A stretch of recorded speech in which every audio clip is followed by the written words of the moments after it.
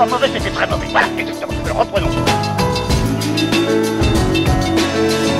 T'as pas une gueule de porte-bonheur. Vous savez, les avis, c'est comme les trous du cul. Tout le monde en a un. Bienvenue tout le monde à After Eight, épisode 39. After Eight, c'est un talk show où on déconstruit la pop culture, on y parle de tout. Ciné, comics, jeux vidéo, séries. Et cette fois, on va parler d'Alien. Oui, car c'est une série qui nous tient vraiment à cœur. Et on s'est dit, là, comme il est sorti enfin aux États-Unis, Quix a pu en profiter. Et voilà, on se lance dans un épisode spécial. Je suis Daniel Andreev, et de l'autre côté de la planète, la vigie du bon goût, se trouve Benjamin François, alias Quix. Bonjour Benjamin. Salut Daniel, vigie du bon goût. Alors attention, parce que je sens qu'on va être en désaccord dans cet épisode sur quelques trucs, donc on va voir si le bon goût se cache vraiment là où on pense qu'il est. Mais quoi qu'il en soit... Et en parlant de bon goût, on a aussi avec nous une autre vigie du bon goût, un graveur dans le marbre, c'est son métier. Un soldat de la vérité absolue. Un invité permanent, on peut le dire maintenant. Hein. Oui, parce qu'il était là à l'épisode précédent. Voilà. Non, mais les gars, faut pas laisser la porte ouverte. Hein. Moi, je suis sorti, j'ai revu de la lumière, je suis rentré. Hein. Il s'installe, voilà. On reparle cinéma, et voilà, en plus, un grand connaisseur du cinéma en VF. J'ai nommé... Exactement. J'ai nommé papa, Plugin Baby, Stéphane Boulet. Bonjour papa, comment tu vas ? Eh ben bonjour Daniel, bonjour Benjamin, bonjour tout le monde, ça va bien, ça va bien. Et puis cinéma en VF, attends, Alien, toi la première fois que tu l'as vu en VO, connard ? Je l'ai vu en VO. Ah non mais voilà, t'es un privilégié, voilà, c'est ça l'astuce. Ou un menteur. ou un menteur. Je penche plutôt... Ah, je ne dirai pas. Pour un mythomane, ça se trouve, je l'ai pas vu, je vais parler pendant 2 heures d'un film que j'ai pas vu. Et je tiens à prévenir tout le monde déjà que ça va sans doute être le plus grand WhatsApp de ce moment où on raconte un peu ce qui s'est passé entre ces 2 semaines. Attends, tu sais que celui de la dernière fois était déjà pas mal, hein. On a déjà fait 30 minutes la dernière fois. Là, on va le battre parce que j'ai envie de dire, on va parler de ce que t'as fait, on va aussi donner la parole à notre invité parce qu'il a été sympa. Ah bon? Parce qu'il a été en vacances. Première nouvelle. Financé par le Patreon de l'Éducation nationale. Ouais. Et moi, en plus, je reviens de ce festival qui s'appelle Cannes. Donc, il y aura de quoi faire. Pas. Donc, on se J'ai lance. jamais entendu parler. Est-ce qu'on se lance d'abord Allez, Quix, vas-y, tu donnes le tempo. Qu'est-ce que t'as fait ces derniers temps ? Eh ben, moi, hier, en plus d'aller voir Alien Covenant, je suis allé voir Baywatch au cinéma, car j'avais peut-être un petit peu trop d'espoir à cause de Dwayne Johnson sur l'affiche. Et en fait, ça démarre très bien. La séquence d'ouverture est absolument merveilleuse, tout en démesure, avec vraiment... Mais en fait, les crédits sont à mourir de rire, c'est vraiment super. Et ensuite, ça se dégonfle, mais comme une vieille baudruche, et c'est vraiment pas bon. Il y a 2-3 vannes... Est-ce que ça coïncide avec le moment où arrive Zac Efron par hasard dans le film ? Ouais, bon, il arrive quasiment immédiatement après l'opening, donc effectivement, ouais. Mais Voilà. non, mais c'est vraiment pas bien, quoi. Il y a quelques vannes qui font mouche, mais globalement, c'est toujours un petit peu les mêmes. C'est les diverses manières que peut avoir The Rock d'appeler Zac Efron. Alors, ça fait penser un peu à Scrubs, à la manière dont donc Dr. Cox va appeler le personnage de JD. À chaque fois, il lui trouve des noms un peu ridicules. Là, c'est un peu pareil, c'est les mêmes vannes. Alors, il y a beaucoup de vannes centrées sur la bistouquette qui feront peut-être beaucoup rire Daniel, vu que c'est ce qu'il adore dans 21 Jump Street, les blagues sur les bites. Donc peut-être que dans Baywatch, ça le fera beaucoup rire, je ne sais pas. Moi, j'ai trouvé ça 21 consternant. et 22 Jump Street sont quand même d'un niveau de très grande qualité. Voilà, donc moi, je ne suis pas d'accord. Pour moi, c'est de merde. Moi, je ne l'ai pas vu. Donc voilà. Comme donc, ça, fin du débat. Écoute, peut-être que Daniel trouvera ça on va le très graver drôle dans le parce qu'il y a des marbre. blagues de Zizi. 21 Jump Street va tout en haut de notre top. Voilà, donc ça vous donne une meilleur idée de la Alien. qualité du top. Je suis désolé les gars, mais non, c'est pas possible. Donc voilà, donc Baywatch, les blagues de Zizi feront peut-être beaucoup rire Daniel. Moi personnellement, ça m'a consterné. C'était vraiment pas très bien. Et donc une énorme déception parce que Dwayne Johnson a quand même un potentiel comique phénoménal, quoi. Et honnêtement, sur le générique du début, j'y croyais, j'étais à fond, j'étais là genre ouais, allez, ça va être bon. Et en fait, non. Mais il est le meilleur en plus dans. Ah oui, non, mais c'est clairement dans Fast and Furious. Non, mais même là, c'est le meilleur acteur du film, clairement, mais malheureusement, ça suffit pas, quoi. Il fait ce qu'il peut pour soutenir le film, mais les dialogues sont vraiment trop pourris. Et puis, non, mais Tu es un connaisseur de l'humour. Dis-moi, est-ce que dans la filmo de Zac Efron, est-ce que tu le situes où par rapport à Dirty Grandpa ? Alors, je le situe quand même au-dessus de Dirty Grandpa, parce que Dirty Grandpa, ça va quand même très, très, très, très bas. Mais le truc, c'est que on parle d'un machin qui est vraiment au fond d'un cloaque, où là, Baywatch, ça surnage un tout petit peu, mais... On parle d'un film où Robert De Niro fout son doigt dans le cul à Zac Efron. Oui, et il fait un cum shot de crème solaire sur la poitrine d'Aubrey Plaza. C'est vrai. Oh putain, c'est vrai qu'ils ont une scène de cul avec Aubrey Plaza. Et oui. Donc écoute, tu vois, Baywatch, papa, quand t'es là, on parle grand cinéma, grand qualité. Ah oui, non mais... Attends que je passe à Cannes, mon pote. Ouais, c'est ça. Donc voilà, écoute, je pense que j'ai pas envie d'en dire beaucoup plus sur Baywatch. Écoutez, si vous avez vraiment rien d'autre à faire et qu'il fait trop chaud, allez-y. Il y a la clim dans les cinémas, mais c'est un peu cher payé juste pour 1h30 de clim. Tu m'encourages pas. Mais en même temps, écoute, moi, je le tenterai. Ouais. Et toi, papa? Bah écoute, moi j'ai fait un truc assez exceptionnel ces derniers temps. Je suis allé dans une mégapole italienne, j'ai conduit une voiture et j'ai survécu. Et rien que ça, je trouve que ça mérite une médaille. Mais attends, t'étais solo? Non, j'étais pas solo, mais je sais pas si t'as déjà conduit une voiture en Italie, mais oui, ça m'est arrivé. je ne m'en souvenais plus, mais c'était assez particulier. J'étais Disons à Turin. C'est sportivo. Voilà, c'est assez sportif. Moi, la Les feux dernière rouges, fois, c'était dans Burnout. Voilà, les feux rouges c'est pas très important. Pas mal de petites surprises comme ça, c'était assez rigolo. Le clignotant et le klaxon. Oui, beaucoup de klaxons. À un moment donné, il y a une nana qui est sortie pour s'engueuler avec la nana de derrière. Enfin, tu sais, on serait cru dans un film de Fellini, c'était complètement aberrant. Et d'ailleurs, en parlant de Fellini, du coup, à Turin, j'en ai profité pour aller voir le plus grand musée consacré au cinéma d'Europe. Ah, cool. Donc le musée national du cinéma de Turin, que je recommande chaudement parce que il y a toute une partie sur ce qu'ils appellent en fait la préhistoire du cinéma. Donc c'est tous les kinétoscopes, tout ce qui a été inventé avant le brevet des frères Lumière, et c'est vachement ludique parce que t'as pas mal de trucs à voir, à tu peux manipuler. les faire tourner toi-même et tout. Voilà, à manipuler, t'as plein de pièces de collection, enfin vraiment c'est vraiment super chouette. Et après au-dessus t'as une espèce de salle sous une énorme coupole. Alors attention, les amis qui ont le vertige, la coupole, tu peux monter avec un ascenseur, tout petit ascenseur, vitré de partout, en plein milieu. T'as 85 mètres littéralement dans le vide, donc faut pas être trop sensible. Mais en fait, t'as tout autour de la base de la coupole, t'as tout comment ça s'appelle, un circuit organisé avec des salles thématiques par genre en fait.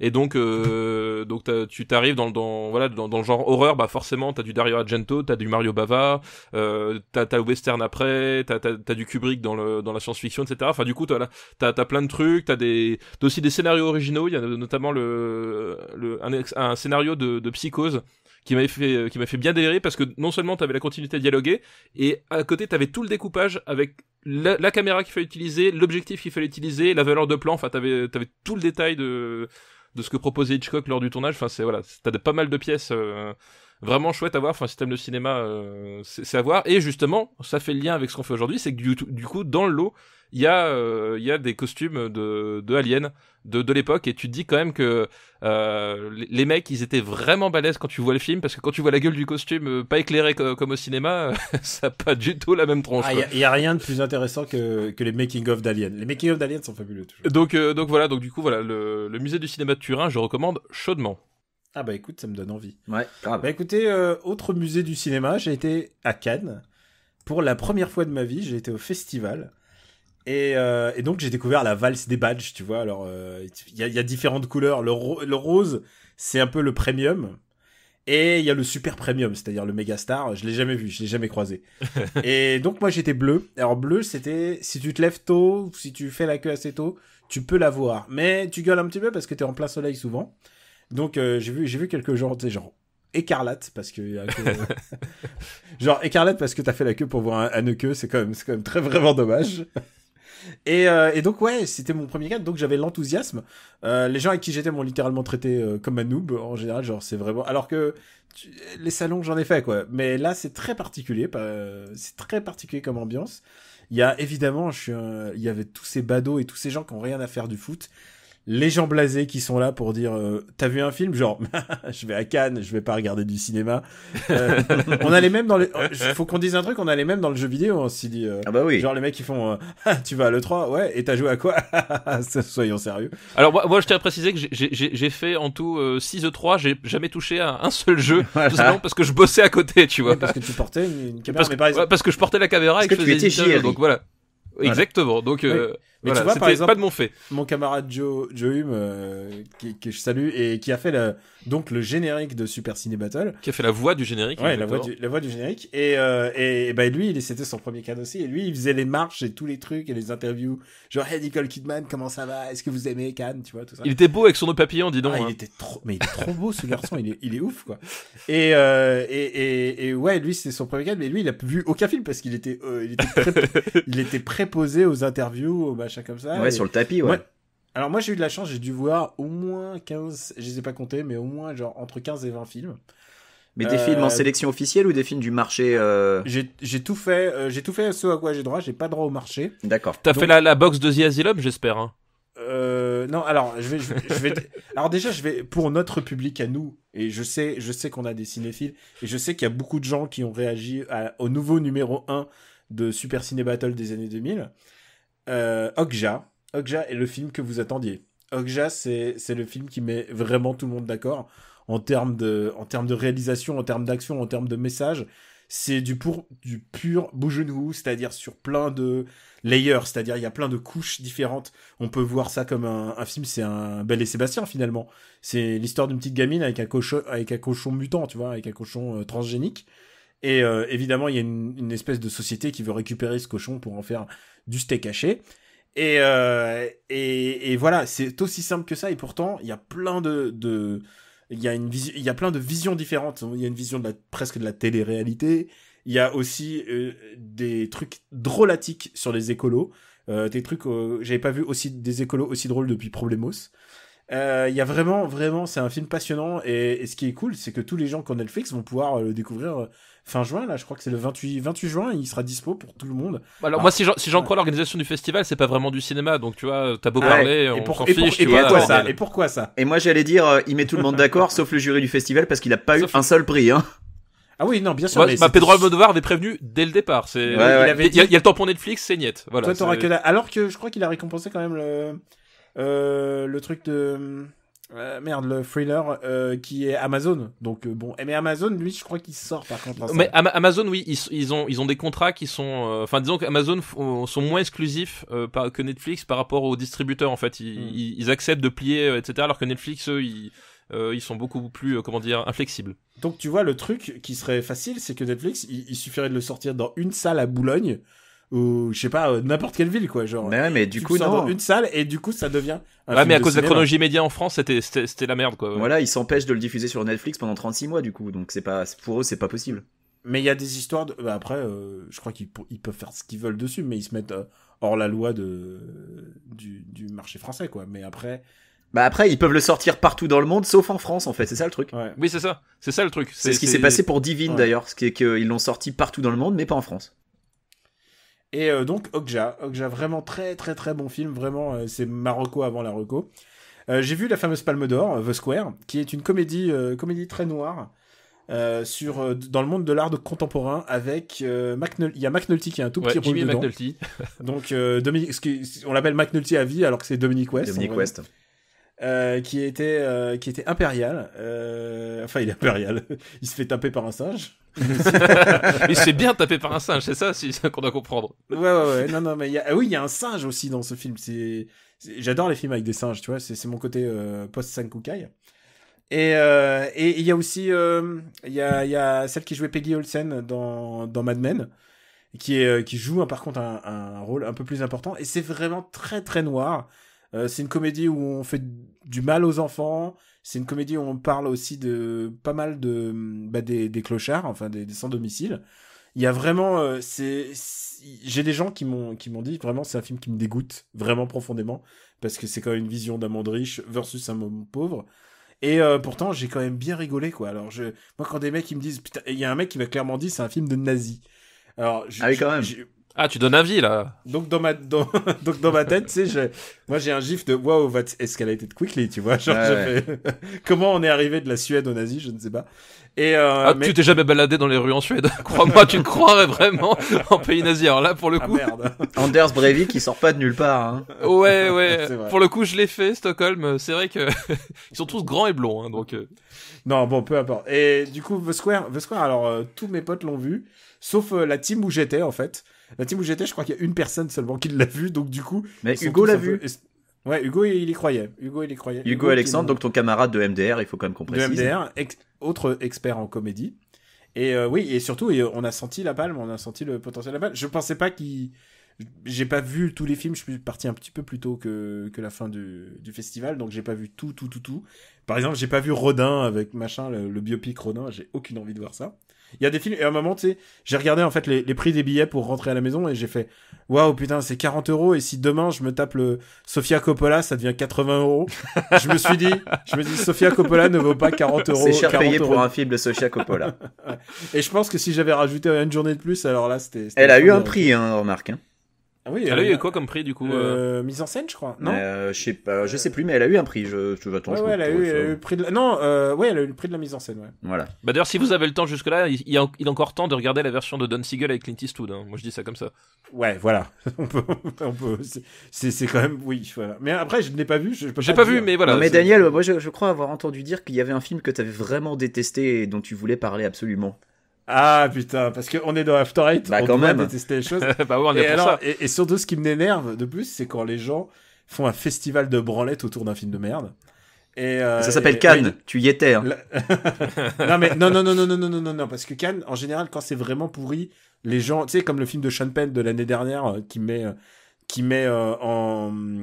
fait une relation entre l'amour d'un homme et d'une femme blanche Ah oui, celui-là, au oui. milieu des génocides noirs. Bah tu en avais parlé. En Afrique, ouais, horrible film. Et bah non, là c'est pas aussi horrible, c'est pas aussi débectable, mais c'est franchement con. C'est un film co-signé par Agnès Varda et JR l'artiste. Alors Agnès Varda, vous devez peut-être la connaître, quand même cinéaste de renom. Ouais, Agnès quand même, Varda, ouais. oui. Ouais, quand Agnès même. Varda, oui. Et JR, c'est un artiste dont l'art consiste à faire des imprimés de visages de gens et les coller sur les murs. Ah mais moi je fais pareil, ça s'appelle des photos, c'est des souvenirs en fait, mais sauf que ça reste dans mon salon. Tu vois. Alors lui il fait ça et en plus c'est un peu, il a la tourette parce que il le dit 6 fois dans le film, il fait cet immeuble, je collerais bien quelque chose dessus. Et genre 7 fois comme ça il répète son leitmotiv de la vie et du coup Agnès Varda elle regarde et elle fait c'est bien. C'est bien. Et il fait, t'aimes bien ce que je fais? C'est bien. Et en fait, t'as l'impression que c'est une espèce de... Mais ils se masturbent mutuellement, non? Non, elle le masturbe. C'est ça le truc. Et en plus, elle est assez drôle. Alors, en plus, là, je vous le joue avec un peu de conviction, mais en fait, eux, ils ont surjoué leur voix off. Leur voix off est un peu jouée comme... Ah, parce qu'il y a de la voix off en plus. Bah ouais, ils font des vannes en voix off.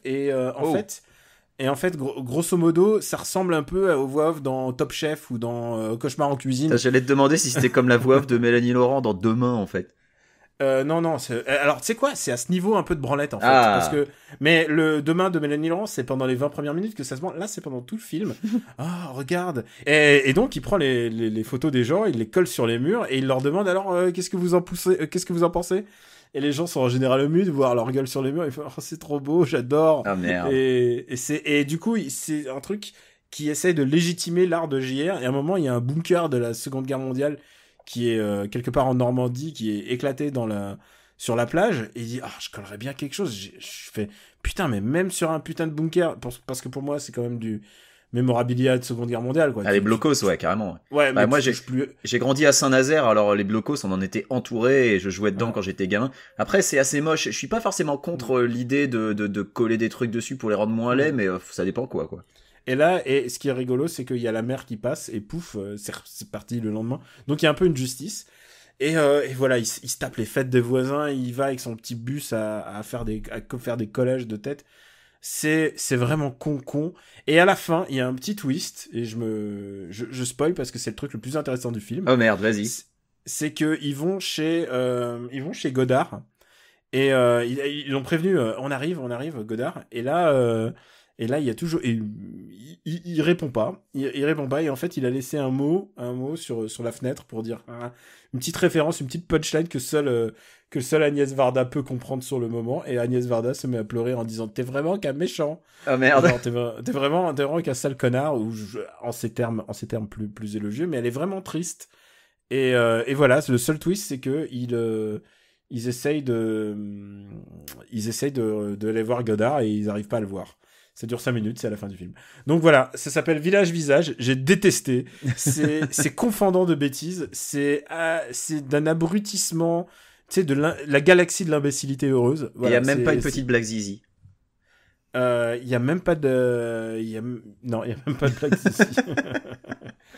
Je remercie encore tous les gens qui m'ont envoyé des messages. En fait, c'était mon anniversaire. Ah bah oui. Et tu sais, moi, j'ai pas beaucoup... Genre... ma famille est très nucléaire. Il y a peu de gens et ils sont déjà pas en France. Ouais. Et donc là, du coup, ma copine m'a fait une surprise et genre, je m'y attendais vraiment pas. Et donc, plein de gens ont déboulé et j'étais tellement ému. Vraiment, c'était une des plus belles fêtes de ma vie, quoi. Voilà. Je sais pas comment l'exprimer autrement que par ce moment de joie. Et voilà, je voulais remercier tous les gens qui m'ont écrit des gentils messages sur Twitter pour me rappeler que j'étais un peu plus vieux. Pourquoi est-ce que je perds mon temps avec un branquignol dans ton genre, alors que je pourrais faire des choses beaucoup plus risquées?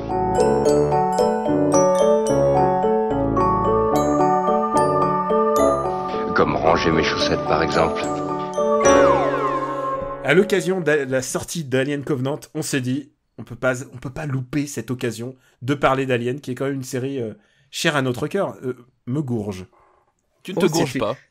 Très jolie tournure de phrase. Eh bien, comme le dit papa. Tout du moins d'asperge. Ouais. Alors, qui se lance? Papa, tu...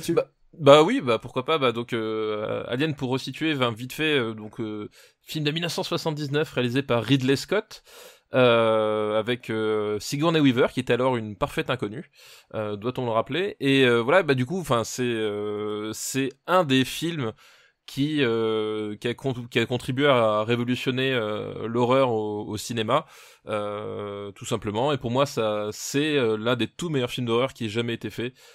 Si ce n'est peut-être même le meilleur, je me suis jamais trop posé la question avec The Thing, mais voilà, enfin c'est un film. Le premier film était tellement fort, tellement puissant, enfin entre guillemets, il pouvait faire un peu ce qu'il voulait derrière. L'impact du premier, enfin vraiment, ça fait partie de ces films, des chefs-d'œuvre instantanés et absolus. J'ai eu l'occasion de le revoir en version remasterisée. Moi aussi, je l'ai vu en 2003 quand ils étaient ressortis pour la Director's Cut. Et c'était tellement bien. Par contre, je recommande la version 79. Ouais. Pas la version 2003. Il y a quelques trucs. En fait, sur le début du film, il y a quelques trucs qui sont mieux entre guillemets parce qu'en fait, ils ont retouché un tout petit peu le montage. C'est-à-dire qu'il y a des plans qui ont été raccourcis, d'autres plans qui ont été enlevés, des choses comme ça. Au niveau du montage, c'est un tout petit peu mieux. Mais par contre, la fin du Alien original est vraiment meilleure que le Director's Cut de 2003, puisqu'ils introduisent une scène explicative en plein milieu de la course-poursuite et en fait ça casse complètement le rythme du film. Et d'ailleurs c'est pour ça qu'à la base Ridley Scott l'avait enlevé.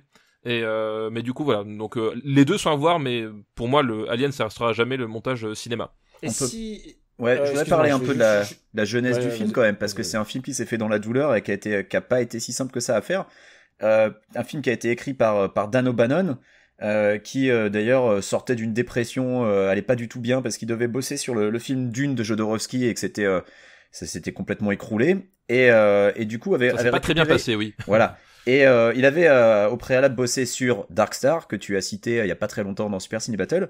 Ils ont récupéré quelques idées qu'ils avaient eues pour Dune et qu'il a remis dans Alien. Et puis avec des boulots du travail préparatoire de Jean Giraud et de Guy Gérard. Et voilà. Alors, il l'avait rencontré en fait. Voilà. C'est encore plus que ça. Il a fait vraiment le design des bestioles et il les a même moulés lui-même de ses propres mains. En fait oui, c'est à partir de sa rencontre avec Giger et de l'envie de Giger de travailler sur le projet qu'il a après redéveloppé le scénario à partir vraiment du design de l'artiste suisse. Et le film s'est fait avec un tout petit budget en plus, hein. C'est quelque chose dont on parle pas assez, c'est que c'était à la base un film de série B, un film de monstre qui était pas censé être un truc plus philosophiquement avancé que ça en fait. C'était tourné pour être un film de série B à petit budget. Et oui, et d'ailleurs c'était une autre source de problème parce que du coup c'était l'un des premiers films, ou non peut-être même le premier film de studio américain pour Ridley Scott complètement en tout cas sur lequel il avait pas du tout la maîtrise de la production. Et en fait c'est Ridley Scott, avant Alien il avait l'habitude de faire de filmer lui-même, c'est-à-dire de faire une partie de la direction de la photo lui-même, vu qu'à la base il est photographe, artiste, etc., peintre, dessinateur, enfin voilà, du coup il faisait tout, et du coup il se retrouvait pour la première fois avec une équipe qu'il devait gérer, et en fait ses méthodes, il ne voulait pas adapter ses méthodes de travail aux conditions américaines, et du coup ça se passait assez mal sur le plateau entre lui et ses techniciens quoi. Il y a un truc que je voulais ajouter, c'est que je crois qu'on l'avait dit dans Super Ciné Battle, mais ça ne coûte rien de le répéter, et c'est un truc qu'on ne dit pas assez. C'est que ce film doit énormément à Walter Hill, qui est à la fois son producteur. Oui, t'en avais parlé la dernière fois, tout à fait. Ouais. Et aussi son scénariste, en fait, parce que il a été ghostwriter de tout le film. En fait, il a eu le draft de Dan O'Bannon, et ils ont tout réécrit, et dont le rôle de Sigourney Weaver, qui à l'origine devait être un mec. Et le scénario, en fait, c'était vraiment c'était du slapstick, je crois, à l'origine, le premier draft. Genre, c'était vraiment de la série B. Et je crois que c'est vraiment lui qui a donné cette impulsion de sérieux, et surtout ils ont développé le personnage de Sigourney Weaver.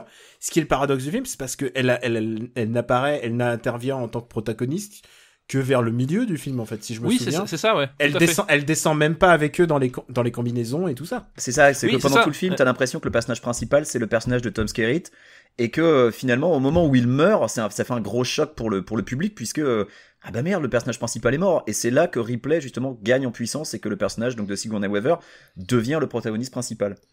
Oui, et c'est une des plus grandes qualités d'écriture, c'est qu'en fait, du coup, en fait, si tu regardes bien la façon dont les personnages sont écrits et développés, c'est que l'équipe est assez réduite, et surtout, au début, même si effectivement tu te doutes bien qu'il y a un héros, tu te rends compte en fait finalement que le film s'intéresse un peu à tous les personnages de façon plus ou moins équivalente. Et ce qui fait que quand les choses dérapent, évidemment avec la rencontre de l'alien, enfin d'abord du facehugger, etc., t'es plus ou moins sur un plan d'égalité, t'es plus vraiment familier avec un peu tous les personnages, et t'es impliqué du coup dans le récit. Parce que tu sais pas qui va y passer aussi. Tu sais pas qui va y passer, tu sais pas trop, et effectivement, et il y en a pas vraiment, enfin il y en a un qui est leader en plus, beau gosse avec sa barbe machin, mais globalement tous les autres sont sur un plan d'égalité, même de fonction, c'est-à-dire qu'il n'y en a pas un qui semble vraiment inutile dans le groupe, quoi. Et c'est le film qui a fait naître un peu ce cliché dans une équipe, il y a ceux qui sont pas les alphas, mais c'est plutôt ceux auxquels on va s'attacher, et puis les autres qui sont littéralement de la bouffe, qui vont mourir au premier piège venu, et ça va devenir un peu le template de tous les autres aliens qui arrivent. Je me dois d'ajouter un truc, c'est que on ne fait pas un classement Super Ciné Battle de Alien, pour une simple raison, c'est que Alien et Aliens sont tellement supérieurs aux autres que ça rimerait rien, en fait. C'est plutôt la bataille pour la dernière place au bout d'un moment. Oui, c'est ça, c'est qu'on serait battu pour le milieu de classement, fin de classement, plus que et juste pour début, rire, voilà. Il faut savoir que même si le film maintenant et le deuxième aussi sont vénérés comme étant des chefs-d'œuvre dans leur genre, à l'époque de leur sortie, les critiques étaient pas bonnes. Le premier Alien s'est fait défoncer par la critique presse, mais vraiment. Mais ça, c'est un classique aussi. Et c'est quelque chose qui a évolué ensuite avec les années, où le film est devenu complètement culte, et où maintenant il y a énorme consensus pour dire que voilà, c'est un classique qui réussit dans tout ce qu'il fait. Mais à l'époque, la critique avait vraiment pas du tout aimé le film, et rebelote avec Aliens un peu plus tard. Alors il faut se situer juste sur un truc, on ne fait pas le classement, mais vous êtes plutôt Alien ou Aliens? Ah bah Alien. Moi Alien. aussi, je suis plutôt Alien oui. 1, même si j'adore aussi le deuxième évidemment. Mais moi j'ai une pas du tout grande pour les mêmes tendresse pour Aliens. Moi j'ai une tendresse, mais entre guillemets, Aliens ne représente pas à mon sens le top du top de son genre. Enfin, Aliens c'est un excellent film d'action dans une mouvance de film d'action qui a démarré avant lui et après lui et s'inscrit dedans. Alors que Alien, c'est vraiment une pierre angulaire. T'as eu un avant, un après. Et tous ceux qui ont essayé de faire pareil finalement ont jamais réussi, et on n'avait jamais fait ça de cette façon-là avant. Voilà. Il y a vraiment un changement de paradigme, et tu peux avoir regardé des dizaines de films d'horreur avant Alien, tu tombes sur Alien, tu te reprends le choc. Le truc avec Aliens, et c'est pour enchaîner, c'est que j'adore les personnages, en fait. Les personnages sont tous plus intéressants. Il y a le personnage de Michael Biehn est super. Le personnage de Lance Henriksen est super. La petite fille est super. Vraiment, il y a plein de personnages. Et je suis beaucoup plus attaché au personnage de Aliens. Et surtout, sa démarche presque d'auteur de faire un film d'action. Puisque c'est ça, en fait, que j'aime dans les Aliens, et surtout les Aliens originaux. C'est que ils sont ce petit côté cracra, et surtout cracra, et chaque film est vraiment 100%, enfin 100%, en tout cas porte vraiment la marque de son auteur, c'est-à-dire que il faut qu'on resitue, parce qu'on commence à parler d'Aliens, mais on n'a même pas dit qui l'a réalisé quand il est sorti. Oui, là c'est James Cameron, voilà. James Cameron a eu l'intelligence d'arriver après Alien et de se dire, je pense, enfin, il a dû se dire, ok, ce film est indépassable, ça sert à rien qu'on fasse pareil, et il a fait complètement autre chose. Truc, voilà. Il a fait son truc, il a injecté son esthétique, il a injecté ses obsessions, il a injecté ce qu'il savait faire, il a repris la créature, il a repris Ripley, et il en a fait son film. Et, bitch. Voilà. Et en fait, et c'est peut-être aussi pour ça que t'as eu une scission entre les fans d'Alien à l'époque. Quand ils sont arrivés avec Aliens, effectivement, c'était pas du tout la même cam, Voilà. mais c'était la meilleure façon de ne pas aller dans le mur, justement. C'est que ça servait à rien de refaire Alien 1, parce que vraiment, moi, encore aujourd'hui, je le trouve indépassable. Donc ça servait à rien de s'obstiner, quoi. La légende veut, et ça c'est du James Cameron génial. Il y a un super portrait qui a été publié un jour de lui dans le New Yorker. À chaque fois que je parle de Ridley Scott, de James Cameron, il faut lire ce portrait. Le truc, c'est que ils étaient dans la conférence pour dire bon bah il faut faire une suite. Il faut se remettre aussi en tête qu'à l'époque faire des suites c'était mal vu. C'était mal vu. C'était ok, il va nous faire ça va être Rambo 2, tu vois. Mais justement, Rambo 2, il a écrit un script de Rambo 2 en même temps. De Rambo 2. Ouais, c'est associé toujours à un truc un peu, c'est toujours un peu cheap. Et là, t'as James Cameron qui arrive dans la conférence et qui écrit Aliens tout simplement sur le tableau et il rajoute 2 traits sur le S en disant voilà. Et là, les gens, ils ont dit c'est bon, on signe. Il lui a fait le signe $, quoi. Tu vois, il a fait le signe $, avec le S de Aliens. Et les mecs ont juste signé sur ce pitch-là, quoi. Et c'est aussi la preuve du génie de James Cameron. Il sait convaincre les gens comme il faut. Et là encore, le budget était pas forcément énorme, hein. Budget 18 millions pour le deuxième Alien, et tu sens que il a dû faire preuve un peu d'inventivité, parce que mine de rien, maintenant voilà, le titre annonce la couleur. Contrairement au premier, il y a plus une créature, il y en a des centaines. Et en fait, ça devient quasiment un film de guerre, en fait. C'est ça qui est c'est des militaires. Dans le premier, c'était des un film de guerre. Enfin, le Vietnam plane tout le long du film, voilà. de façon complètement évidente. Oui, bien sûr. Et je crois que c'est ce que j'aime un peu dans ce film, c'est qu'il on n'avait jamais vu ça, une telle ampleur avant Aliens, en fait. J'adore les deux films. C'est pour ça qu'ils sont tellement, enfin, pour moi, on parle de Trinité, pour moi, c'est une Trinité de 2. Une Trinité de 2 qui est indépassable.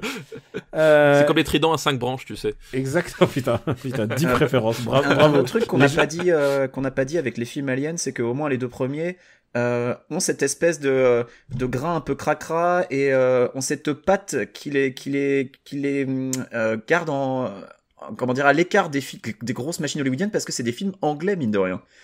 C'est des films qui sont distribués et produits par la Fox, entre autres produits par la Fox, coproduits par la Fox, mais ils sont tournés en Angleterre avec des équipes anglaises, que Ridley Scott est anglais, que James Cameron est canadien, donc ça compte pas vraiment, mais il y a vraiment une espèce de il y a une patte qui est assez différente en fait des autres. C'est presque une approche de cinéma d'auteur, en fait. Si tu regardes, c'est vraiment très très européen dans sa conception, dans sa manière de faire, et d'ailleurs dès qu'ils vont changer, dès qu'ils vont basculer, ils vont faire ça aux États-Unis, on va ressentir les dégâts, quoi. Alien 3 a ses fans et ses détracteurs. Ouais, alors Alien 3, réalisé par David Fincher en 1992, si je ne Premier long métrage de David Fincher. Premier long métrage de Fincher, qui venait des effets spéciaux, qui avait notamment travaillé sur Le Temple Maudit de Spielberg. Donc là, tournage très compliqué, à tel point qu'aujourd'hui encore, David Fincher n'a pas accès aux salles de montage pour donner sa director's cut. C'est-à-dire qu'aujourd'hui, il existe une version longue du film. Mais je crois qu'il veut pas la faire. Non, c'est la studio cut. Non, voilà, c'est la studio cut, mais même lui ne veut plus y aller. C'est-dire que c'est le divorce total entre les deux. Il veut plus entendre parler d'Alien 3. Voilà, et la Fox ne veut plus entendre parler, enfin, ne veut plus que David Fincher ne touche à ce film. Enfin voilà, c'est divorce total. Ça s'est très très mal passé, et donc du coup, c'est un film, et ça se ressent, enfin, là pour le coup, ça se ressent vraiment, c'est vraiment un film malade à plein de niveaux. Déjà, le premier niveau, on parlait de l'aspect cracra et de la préservation des souvenirs. Les effets spéciaux ont super mal vieilli, parce qu'ils ont fait le choix de le faire en numérique, en grande partie numérique, l'alien, vu que c'était un alien animal cette fois-ci, vu qu'il naissait pas d'un être humain. Il sort d'un chien, ouais. Il sort d'un chien. Alors dans la version longue, il sort d'une vache, en fait. Petite modification. Oui, j'avais jamais trop compris pourquoi, mais quand j'ai revu le truc, je fais mais c'était pas bref. Et donc oui, donc ça sortait d'un animal, donc du coup ils sont partis de l'idée que comme l'hôte est différent, l'alien doit être différent. Donc ils sont partis sur un alien plutôt chien, plutôt animal. Du coup, ils voyaient mal un mec en train de courir comme un chien, donc ils l'ont fait avec des effets numériques, et ça a hyper bien vieilli de ce point de vue-là. Faut dire ce qui est. C'est ça qui est la nouveauté, c'est que tout d'un coup on basculait dans le numérique.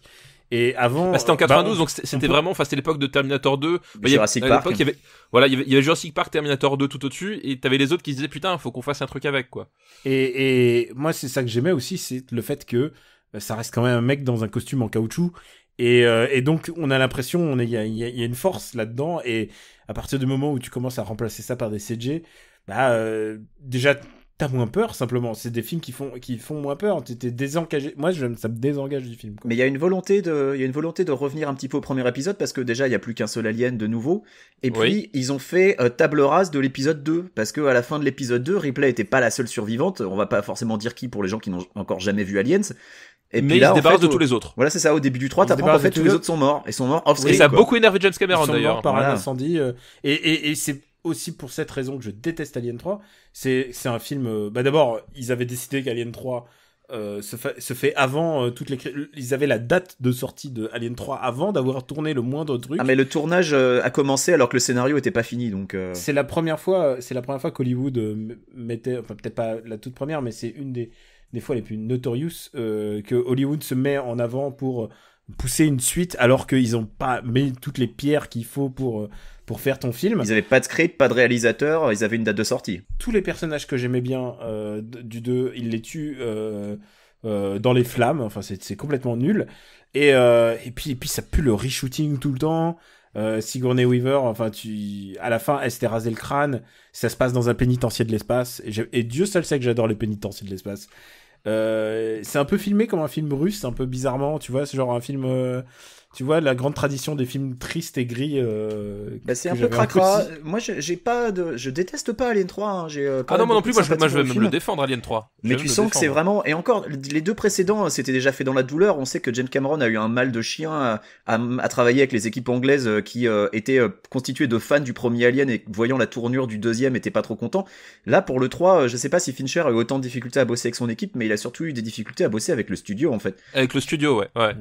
Non, mais moi, j'arrive pas à aimer le 3 pour tout le mal qu'il a fait à la saga, en fait. Tu vois, Ouais, alors le mal qui a fait la saga, tu vas défendre plus tard un film qui a fait beaucoup plus de mal à la saga à mon sens, donc ce n'est pas un argument forcément, alors, tu vois. non, mais pour moi, Non, mais en fait- je te parle des deux films Oui, mais- intouchables de cette saga, et Mais- il a saccagé ce qui aurait pu être un épilogue intéressant. Après, tout Saccagé, reste... pas à mon sens, parce Moi, que je suis pas d'accord non plus justement, sur le saccage. moi je suis pas d'accord parce Moi, que j'aime pas du tout Alien.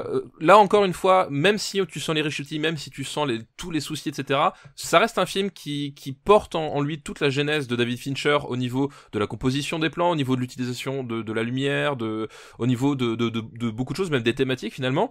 Donc déjà, ça reste un film qui est la marque de son auteur et pas forcément et ça c'est un truc que tu ressens bien. Ça et- reste toujours du film d'auteur, c'est ça qui est Ouais. assez paradoxal. Et il y a des séquences que je trouve hyper réussies. Vraiment hyper réussi, notamment la fameuse séquence de l'infirmerie où tu découvres justement et c'est là où le film est super intéressant, c'est que Ripley est incubé par un facehugger et du coup c'est tout l'enjeu du film et c'est là où justement il pousse la thématique de l'alien dans un sens intéressant, c'est que justement Ripley, l'alien a bousillé sa vie, notamment tu le vois dans la version longue de Aliens 2 parce que on lui apprend que sa fille est morte parce qu'elle est trop vieille, etc. Donc c'est cette créature qui a bouffé sa vie, maintenant en fait elle la porte en elle. Et donc elle doit à la fois, elle sait qu'elle doit tuer cette créature, mais qu'aussi elle doit y passer. Et ils ont le courage d'aller jusqu'au bout aussi, mine de rien. Et aussi t'as toute la thématique justement qui était pas exploitée avant, mais toute la thématique et ça va surtout sur la version longue de Alien 3, toute la thématique religieuse en fait, enfin vraiment tout le côté mystique. Un côté voilà c'est un démon venu du ciel, etc. Enfin comment ça s'appelle, les motivations des personnages sont beaucoup plus claires en tout cas dans la version longue, parce que justement les prisonniers sur lesquels ils tombent, c'est pas des simples prisonniers, en fait c'est des types qui sont là depuis tellement longtemps que le seul truc qu'ils ont trouvé pour contenir leur propre folie, c'est un espèce de culte un peu bizarre, forcément un culte masculiniste hein, vu que c'est que des types, et que du coup voir débarquer cette femme et surtout cette créature en même temps, d'un seul coup au sein de ce culte fait entièrement d'hommes, et ça bouscule les repères, et ça bouscule en fait les champs de fascination, répulsion qu'il peut y avoir, et toutes ces thématiques là, je trouve sont plutôt bien utilisées malgré tout. Et je suis d'accord avec vous, puisque après ce film très compliqué, très compliqué, vient un film encore plus compliqué. Ah oui. Ouais, Alien Resurrection. et qui est pourtant, j'ai l'impression vraiment aimé. En tout cas, moi, quand j'ai l'impression que c'est un film qui est vraiment apprécié, Alien Resurrection. Je sais pas vous, pas mais ici, moi c'est mais- le premier que j'ai vu en salle parce que tous les autres je les ai jamais vus en salle et Moi, je j'ai suis vu bien le 3 en déçu, salle. d'ailleurs. J'avais commencé par le 3 en salle. Le Et premier j'ai que vu Alien en salle, c'est le Résurrection en salle et sur le coup j'avais pas forcément trouvé ça trop pourri et c'est en le revoyant où là bon les Ouais, défauts m'ont exactement sauté aux pareil. yeux. 3. Exactement pareil. Ouais. Je crois que j'étais trop content de voir un Alien en salle. Parce C'est que ça, bon, il y quand avait est le sorti, côté j'avais- découverte j'avais- de la créature sur grand écran, ça c'était un plaisir quoi. Je m'étais dit j'ai raté tous les autres mais voilà et en fait ouais en le revoyant là c'est là que les problèmes m'ont sauté Donc, aux yeux. Alors. Réalisé par Jean-Pierre Jeunet, on va juste le dire. Voilà. C'est Écrit par Joss Whedon. Josh Whedon. Et Josh Whedon qui dit que c'est son pire travail de tous les temps. Puisqu'il raconte. Il l'a dit avant Age of Ultron ça. Ouais. Ah, Non, mais je suis désolé, mais Alien Resurrection, c'est beaucoup moins défendable que Age of Ultron qui est un cache-tonnage. et Mais ben là, ça se discute. là- Hein. Là, putain, il y a des trucs qui n'ont aucun sens et il raconte Mais des surtout- anecdotes en salle de montage où avec Jean-Pierre Jeunet qui parle pas anglais et What do Jean-Pierre you want et surtout tu embauches Jean-Pierre Jeunet. Jean-Pierre Jeunet, il fait sa cam quoi. Tu vois, Ah oui, il oui. fait, Allez, ça pour le coup, il porte la marque de Jean-Pierre Jeunet, ce qui est pour moi un défaut. Parce que j'en ai déjà parlé dans Amélie Poulain, c'est vraiment un style de cinéma que je ne supporte pas. Enfin, c'est vraiment un truc épidermique quoi, dans son cinéma. il se donne du mal. Je crois qu'il engage Darius Khondji pour la photo qui est quand même assez chouette. Il y a Ron Perlman aussi. dans le Darius casting. Khondji, c'est le directeur photo de Seven. Donc tu vois, il y a une patte quand même dans ce film. Oui, bien quoi. sûr, non. Ça pour le coup, et pour le coup, encore une fois, c'est une des marques Alien, c'est que ça reste un film de Jeunet. Vraiment, tu peux pas le dissocier de son auteur. Ça c'est sûr. Et il y a Winona Ryder avec des cheveux courts. Et c'est la grande. Et je suis désolé, j'ai un soft spot dans mon cœur pour toute la filmo de Winona Ryder de cette période. Mais c'est un film difficile à défendre, quoi. C'est un film, Surtout que voilà, enfin la résurrection à base de clonage de Ripley qui était morte et enterrée à la fin du 3. Mais elle fait du basket pour papa. Oui, c'est ça, elle fait du basket. Et il paraît que le panier, elle l'a mis en une prise. Ah, alors tu dis qu'elle a pris en une prise. Moi, j'ai entendu Après, qu'au contraire, il y a eu des heures d'entraînement. Elle y oui, arrivait mais pas. en tout cas, le plan qui est utilisé est sans effets spéciaux. C'est-à-dire que le plan qui est utilisé, il y a pas d'effets spéciaux, c'est pas un plan recomposé. Elle met vraiment le fameux panier à l'envers. Et il y a des séquences sous l'eau avec des aliens, c'est très très bizarre. Ouais, mais ça au cinéma, j'avais trouvé ça cool, tu vois, voir les aliens nager et tout. Il y avait un côté organique qui marchait bien, je trouvais moi. Il y a un truc qui fonctionne très très bien, c'est quand ils arrivent dans la petite boutique des horreurs d'aliens. Oui, ouais, tout à fait. Et ça, ouais. je trouve que c'est très Jean-Pierre Jeunet. Et en Avec même tous les temps, clonages ratés. Avec tous les clones Ouais. ratés, ouais. Ça, c'est la meilleure scène du film. Et c'est marrant parce que c'est vraiment une scène de pure émotion. Et c'est de pure émotion au sens non, pas horreur. Enfin, vraiment, au sens dramatique, quoi. C'est-à-dire que au moment où elle crame tous ces trucs, enfin, t'as le côté répulsion des clones, mais t'as vraiment tu sens pour le personnage. Elle arrive à un stade où là, elle en peut plus, quoi. Et là, Sigourney Weaver, elle est dans cette scène-là, elle est vraiment très très bien, elle est très très juste. Est-ce que, maintenant qu'on a parlé d'Alien Resurrection, est-ce qu'on fait un saut dans le temps et on passe à Prometheus, ou est-ce que Passons pas à Prometheus, c'est peut-être plus logique que Ouais. suivre leur chronologique. Hein. D'accord. Alors, arrive Prometheus, qui est un film très compliqué. De Ridley Scott qui revient à la licence plus ou moins. Il revient aux affaires et il récupère la licence qui était sur le point d'atterrir chez Neil Blomkamp en fait, qui était tout content, tout Putain, mais fier, ça aussi, c'est très compliqué. Ouais. qui était super content parce qu'il allait bosser sur Alien 5 et en fait il y a Ridley Scott qui s'est pointé et il a fait c'est à moi. Pas de touche. Laisse-moi faire Covenant. Alors, faut dire un truc, c'est que Ridley Scott, moi, j'ai toujours de l'affection pour ce type, qui est quand même un mec qui a fait quand même 2 authentiques chefs-d'œuvre. Ah bah oui, bien sûr. Et un très grand film. Voilà, G.I. ça Jane lui et enlèvera. Exodus. plutôt Thelma et Louise, Blade Runner et Alien. Alien. Je précise pour ceux qui n'ont pas Oui, suivi. qui ne comprennent pas l'ironie de monsieur Benjamin François. Et là, il fait Prometheus, qui est un film très baroque, si je peux m'exprimer ainsi. Bah c'est. Puisqu'il demande au scénariste de Lost, Damon Lindelof, qui est un camarade d'urinoir de Tout à fait. c'est Non, vrai. mais C'est peut-être la à meilleure la base- qualification qu'on peut dire de Damon Lindelof. À la base, ce n'est pas camarade Damon du Lindelof Ridley. qui écrit le script. À la base, le script est écrit par John Spates et c'était et ça faisait référence à Alien du début à la fin, quoi. Et en fait, Lindelof a été embauché pour faire une petite révision de ça et retirer un petit peu les trucs qui parlaient un peu trop d'Alien. Parce qu'à la base, alors ça c'est un truc que j'ai jamais compris. À la base, Ridley Scott se défendait de faire un film Oui, voilà, qui exactement. était un préquel d'Alien. En fait, c'est genre oui, c'est dans le même univers, mais globalement, ce serait pas si Voilà, attaché exactement. que ça. Ça n'a C'était aucun hyper sens, quoi. flou pendant. Enfin, même pendant le film en fait. Voilà. Tu le vois, même pendant le film, il y a clairement hyper des fou. indices et il y a des trucs très bizarres, par exemple. Et ils ne savent pas où est-ce qu'ils veulent aller. Enfin, tu à un moment donné, tu te dis, qu'est-ce que tu nous racontes, Ridley? Voilà. J'étais en train de penser pendant le film, je me dis, mais pourquoi il y a un moment, il y a une porte avec des aliens dessinés dessus? Comment ils connaissent ces aliens s'ils n'ont pas encore été créés? Non, mais il y a des, genre, il y a des trucs trop bizarres. Ah non, mais ils ont déjà été créés. Ça, c'est pas. Si tu veux, l'idée de Prometheus en fait, parce que et ça on en a pas du tout parlé en fait, c'est que chaque film de la série Alien parle d'un sujet vraiment très spécifique. Genre dans Alien 3, ça parle énormément de la maternité.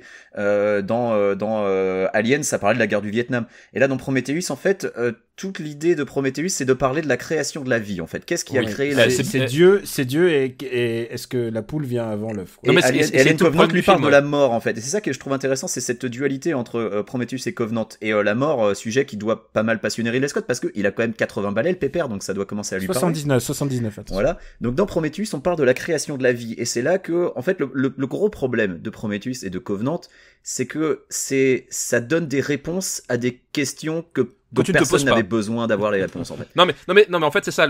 Tu t'as très bien dit. Prometheus, c'est un film où Ridley Scott, il arrive, il se dit. Mais qui était ce type dans le vaisseau? Eh bien, je vais y répondre. En fait, c'est la vie, elle vient de là, et au début, il y avait le Big Bang, et puis, genre... D'où viennent les aliens? Qui a créé les aliens? Qu'est-ce que c'est le Space Jockey? Toutes ces questions dont on se c'est comme si à un moment donné, je sais pas, tu te mettais à faire un préquel de Die Hard, et tu te dis, en fait, l'ancêtre de Die Hard vivait au 14e siècle. On va faire un film sur la jeunesse de John McClane. Et, voilà, en fait, il se pose les questions n'importe comment, et c'est marrant parce qu'il a redit pour Covenant. Il fait moi ce qui m'énervait avec les suites d'Alien, c'est que c'était quoi ce vaisseau, pourquoi il y avait des œufs dedans, et pendant littéralement 30 ans, tout le monde en avait rien à battre. Et pour moi, c'est le problème. C'est pas forcément Ridley Scott lui-même, c'est le problème d'Hollywood aujourd'hui. C'est qu'en fait, si tu regardes bien dans le premier Alien, effectivement, il débarque dans le vaisseau dans ce qu'on sait maintenant être des ingénieurs. Ouais. Il débarque sur le vaisseau, il voit le cadavre, il voit les œufs, etc. Tu sais jamais ce que c'est, t'as aucune piste, mais finalement, t'en as pas besoin parce que au pire des cas, tu te dis, il y a une autre forme de vie extraterrestre, elle existe, elle est là. Ils se sont fait buter par un truc, tu sais pas ce que c'est. Ils transportaient ces trucs et finalement t'as pas besoin de savoir parce que finalement au final quand tu vois la créature, quand tu vois sa puissance, tu te dis ils peuvent l'utiliser comme arme ou ils veulent l'étudier, ils veulent faire un truc avec. Enfin, tu vois, t'avais tout un champ de mystère et de questions auxquelles finalement étaient pas handicapantes pour comprendre le monstre et sa thématique. Et là, aujourd'hui, ils veulent apporter la lumière dessus, et ça détruit finalement, justement, l'alien, c'était une créature qui était puissante parce que c'était une créature qui était tapie dans le noir, que tu ne comprenais, enfin, tu ne pouvais pas savoir comment la combattre. Parce qu'elle a le sang acide, etc. Enfin voilà, t'avais tout ce mystère-là. Hop, pour moi, ces deux films et ce besoin d'apporter de la lumière sur des mystères, c'est quelque chose qui est très d'époque, je trouve. Et si tu veux, le fait que ça soit Damon Lindelof qui écrive Prometheus, c'est assez symptomatique parce que c'est un type qui s'est fait chier dessus à cause de Lost parce que tout le monde lui a reproché de pas avoir donné toutes les réponses à toutes les questions qui étaient dans la série Lost. Et là, pour Prometheus, on lui fait il dit d'accord, vous voulez des réponses? Vas-y, je vais t'en donner. Et là, on lui reproche l'inverse, en fait. Et pour moi, c'est très symptomatique d'une époque où le public d'un côté veut toutes les réponses à tous les mystères dans Lost. Et puis finalement, en fait, que dans Prometheus, peut-être qu'on en avait pas tellement besoin. Donc je pense que c'est très symptomatique d'une époque où les gens veulent des réponses, où les gens veulent pas qu'on ait des questions qui laissent des trucs en suspens. Et je blâme le public pour ça, en fait. Oui, mais le public est responsable. Mais il y a aussi un problème, c'est que au final, les questions à laquelle répondent Prometheus, et c'est aussi le cas de Covenant, elles ne permettent absolument pas finalement de faire le lien sur ce qui a pu se passer avant Alien, parce que on arrive à la fin, j'avance un petit peu longtemps, mais on arrive à la fin de Covenant. Finalement, on sait toujours pas, ouais. Mais tu sais toujours pas enfin genre. Mais tu sais que Scott a dit qu'il allait faire encore un voire deux films après, pour faire le lien avec le premier Alien, donc. Mais surtout, en fait, et alors, je vais un peu dans le temps, mais Covenant a ce souci-là, c'est que. On peut passer à Covenant direct, Voilà. À ce souci-là, c'est que c'est pas une suite de Prometheus, en fait. Parce que tu regardes, il a changé énormément son fusil d'épaule lors de la production. Il a regardé les réactions de Prometheus. Et le lien entre Prometheus et Covenant, je le trouve, il est assez ténu, maladroit, parce qu'il a refait table rase, en fait, quasiment. Il a refait table rase, et le lien entre Covenant et Alien est aussi tout pourri. Donc tu sais, ça donne des films dont le seul propos c'est essayer de t'expliquer, donner toutes les réponses, et finalement non. En fait, moi, sur Covenant, puisqu'on parle des deux en même temps, en fait, on va parler de Covenant. Le problème de Prometheus, c'est que je crois que Prometheus avait une idée Tu peux dire ce que tu veux sur Lindelof, et d'ailleurs je dis souvent ce que je veux sur Lindelof. J'aime pas, ma foi, ça doit être un mec très sympathique, mais alors son travail c'est pas ma cam. Mais c'est pas ton copain d'urinoir, toi, c'est pour ça. Hein. Non, et moi j'étais gros fan de Lost avant que ce soit mon copain d'urinoir. Donc au moins le truc c'est que Lindelof, au moins il a une idée, à défaut que ça soit compréhensible, elle finit en général toujours dans les ronces, hein, son idée. C'est au chiottes elle finit en général son idée.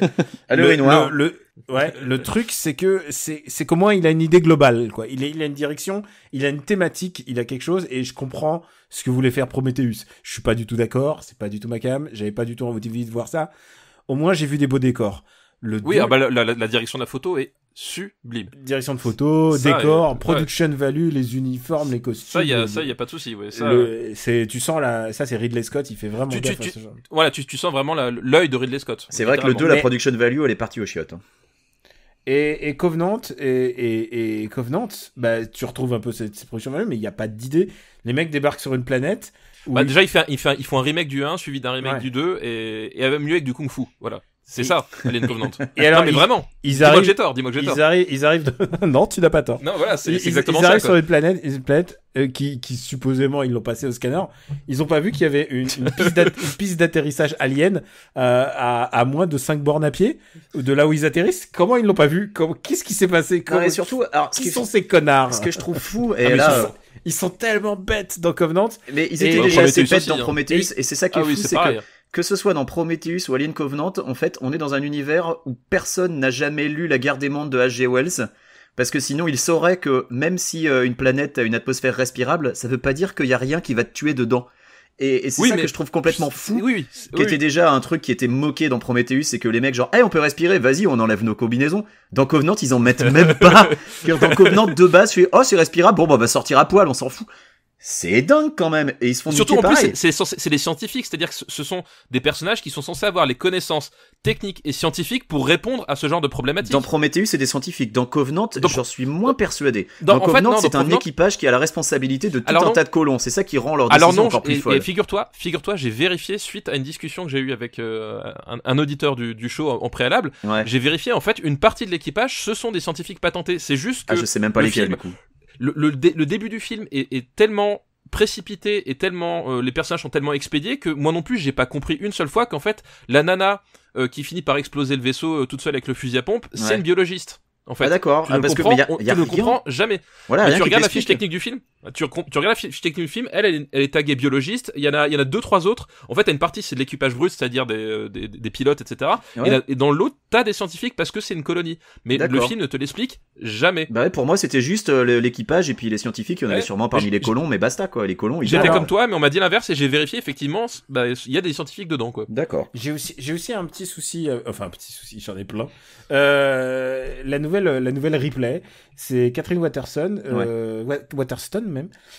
J'ai rien contre elle, hein. Mais le problème c'est qu'après Noomi Rapace, après Sigourney Weaver, genre c'est devenu le cliché de genre le problème de faire un personnage de nana forte qui bute à la fin l'alien de la même manière d'ailleurs, ça brise le côté unique de Ripley. Et moi, ça m'agace. Dès que je vois ça, je fais ok, c'est elle la nouvelle Ripley. Ça m'a fait chier de voir ce qui est arrivé à Noomi Rapace, quoi. Enfin, franchement. Ah oui, mais non, mais ça. On est en full spoiler, les amis. Je rappelle, on est en full spoiler. Alors, on n'a pas trop spoilé jusqu'ici, mais là, voilà quoi. Bon, Noomi Rapace, de toute façon, tu vois quasiment dans les petites featurettes avant le film qui sont censées faire le lien entre Prometheus et Covenant. Tu la vois rapidos quoi. Tu vois que David Landor et puis tu sais pas ce qui lui arrive après. Et ensuite dans le film on dit qu'elle est morte, mais bon. C'est vraiment tu la vois très brièvement, tu vois son cadavre. Oui, puis surtout en plus, enfin, c'est là où c'est marrant parce que, enfin, marrant, c'est que ce que je disais, c'est que tu sens que il voulait faire une fuite de Prometheus, puis finalement il change d'avis, puis finalement si, puis il y a plein de questions qui se posent. Par exemple, il y a pourquoi est-ce que l'android il détruit toute la vie sur la planète. C'est que et il y a aucun sens quoi à part et pourquoi les mecs sont tués et pas infectés. Alors il y a pourquoi ils sont tués et pas infectés, et alors surtout ça c'est vraiment un truc que je me vois et qui montre un peu l'illustration de cette idiotie. Ils sont entre guillemets sauvés donc par David qui est sur cette planète, par l'android. C'est expliqué. Ils sont sauvés par l'android. Tu es pas infecté. Ça c'est expliqué. Hein. C'est qu'il y a divers stages en fait, que la toxine noire a divers stages. Et donc, quand elle est à l'état liquide, jeune, fraîchement sortie du cocon, ça les bute directement. Tu le vois à tout début de Prometheus quand le mec en bois et qui se décompose. Mais par contre, que si tu attends un peu, en fait, t'as cette espèce de composé volant qui s'infiltre dans les corps et qui te fait muter. Ça, ils le disent dans le film. Oui, mais alors ce qui est pas logique, c'est que le vaisseau, quand il largue le truc, ça met plus de temps à aller du vaisseau à terre que d'aller des pieds aux oreilles des mecs dans Covenant, en fait. Ah bah, donc, après, alors c'est l'inverse, alors. Après, le film est pas très cohérent, mais Mais il y a un autre problème. Donc, quand même. je reviens à ce que je disais, c'est que David les sauve, il les emmène dans sa base, et à aucun moment ils se disent cet androïde entouré par des milliers de cadavres d'aliens. Est un peu louche. Ok, tout va bien quoi. Tout est mort sur la planète, tout. Sauf lui. Sauf lui. Et il y a un truc que j'aurais bien voulu aimer en fait, c'est les deux Fassbender qui fassent des choses. La scène la plus cool, je trouvais, c'est quand ils s'apprennent il lui apprend à jouer du pipeau. Ouais. Je veux dire, je suis d'accord, la scène est très très bonne, ouais. On est à 2 doigts d'un yaoi, d'une homoérotique. À mon avis, ils s'embrassent. Franchement, s'ils pouvaient s'embrasser, et genre ça aurait fait quelque chose qui se passe dans ce film. Et ils s'embrassent. Ils s'embrassent, mais enfin que d'un seul côté, il est pas réciproque le baiser. Très chaste. Et ouais, vraiment, il y a un truc, il fallait faire, je pense que le film uniquement sur ces deux-là, ça aurait été presque plus rigolo. Et ensuite, voilà, le problème, c'est le film devient très conventionnel. Mais alors, à la limite de la série B, et c'est ça qui, je trouve le plus regrettable, c'est que Alien, dans sa structure, a toujours voulu s'échapper de la série B, ça a voulu être un film d'auteur. Et là, putain, quand je vois la queue de l'alien dans la douche, c'est pas possible. Oui, non, mais... c'est pas possible. C'est on m'a gâché Alien, quoi. C'est genre, oui, d'où tu vas mettre la queue d'une alien dans la chatte de ta comédienne juste pour se marrer, parce qu'en plus, c'est vraiment l'alien qui fait la blague. Tu regardes la scène, c'est hop, je la mets dans la chatte, je ressors genre hihi, c'est pas moi. Oui, genre, il fait coucou. Mais pourquoi tu fais ça? Je veux dire, ok, à 80 balais, je sais pas quels fantasmes m'animeront, je serais peut-être aussi pervers de mon côté. Mais genre, tu fais pas ça dans ton film, quoi. C'est pas possible. Ah là là, putain, mais et ce film, rien n'est logique. Rien.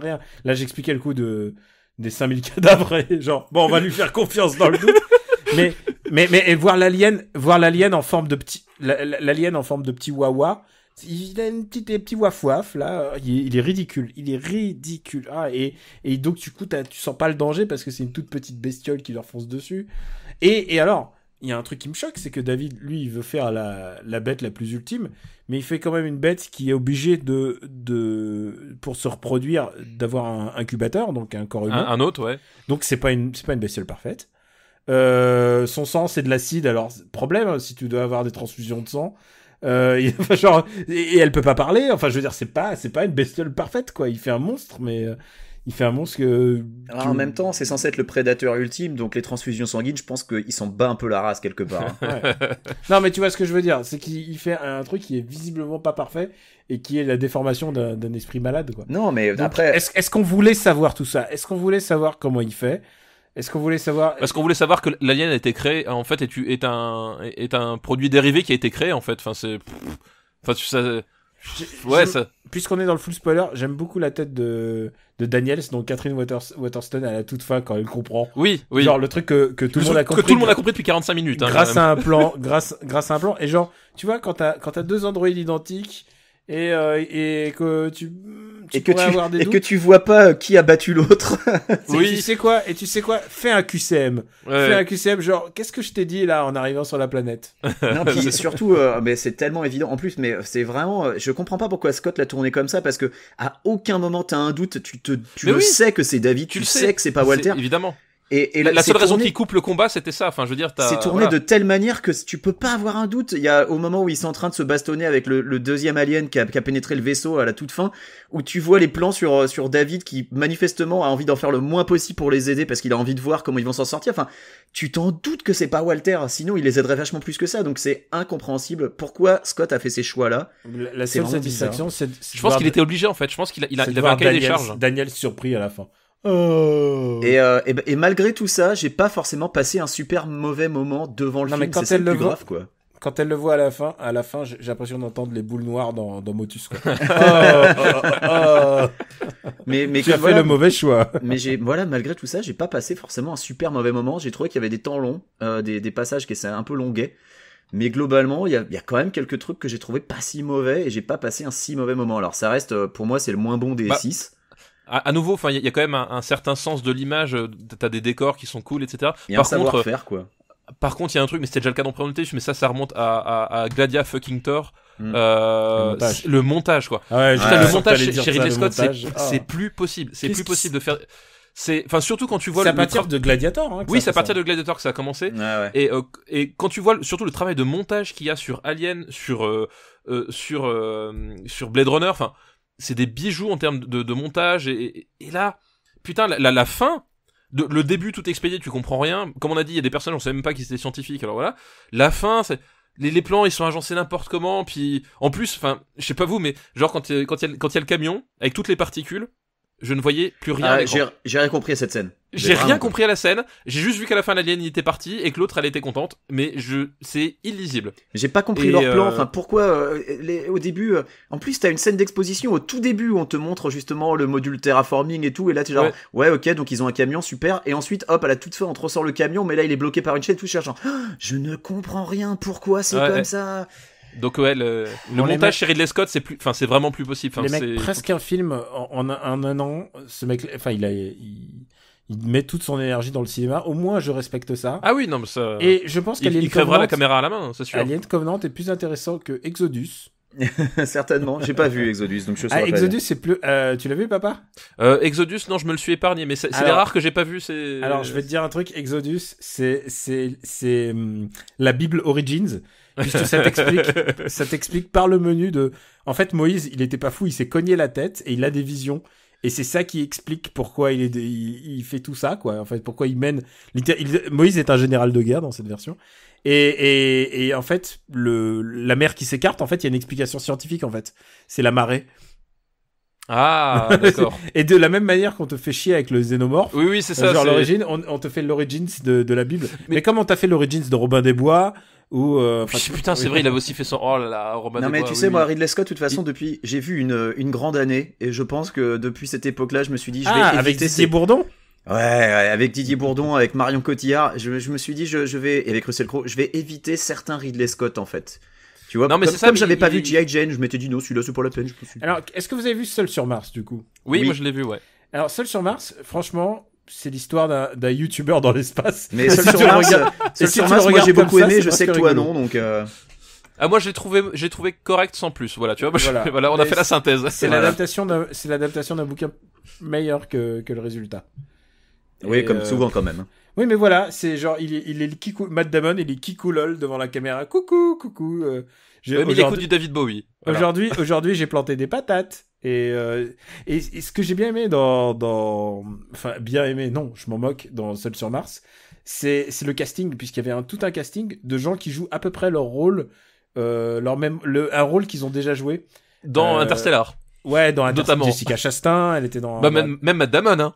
Matt Damon. C'est le même personnage, excuse-moi. Tu sais, il y a la meuf qui fait de l'ordinateur, elle fait déjà dans l'ordinateur dans une autre série, il y a, Jeff Daniels qui fait le rôle enfin, c'est le directeur de la NASA, mais il le joue exactement comme dans Newsroom. Enfin, vraiment, ils jouent tous un rôle qu'ils ont déjà à peu près joué et avec lequel ils sont confortables, tu sais, ils sont. Ouais, voilà. C'est vraiment le film de la zone de confort. Et Kate Mara, elle fait le même rôle que dans les 4 Fantastiques. Exactement. Et puis, voilà. et puis non mais voilà, c'est exactement ça. Puis il y a une chinoise pour l'export parce que visiblement ils ont besoin de. Coproduit par la Chine, ouais. Ouais. Toi, tu t'appelles Nathalie avec tes yeux bridés, ta face de citron. Alors, ce n'est pas une réflexion raciste qui a fait papa. Non, c'est une référence à un sketch. C'est une référence aux inconnus, voilà, je tiens à le préciser. Qui dit exactement la même chose, justement. Mais qui justement se moque du whitewashing, en fait. Oui. Le sketch se moque du whitewashing des personnages. On le mettra en lien pour éviter toute forme de tweet enflammé. Bon, alors, est-ce qu'on y va à ce film ou pas, Covenant? Moi, très sincèrement, non. Moi, j'y vais parce que j'y vais et. Moi, j'y vais parce que c'est un Alien, si tu veux. Et puis, comme j'ai dit, j'ai pas détesté. Après, je reconnais que c'est un film qui a énormément de faiblesses et plein de problèmes, encore plus que Prometheus. Et je fais partie des rares personnes qui défendent Prometheus, donc.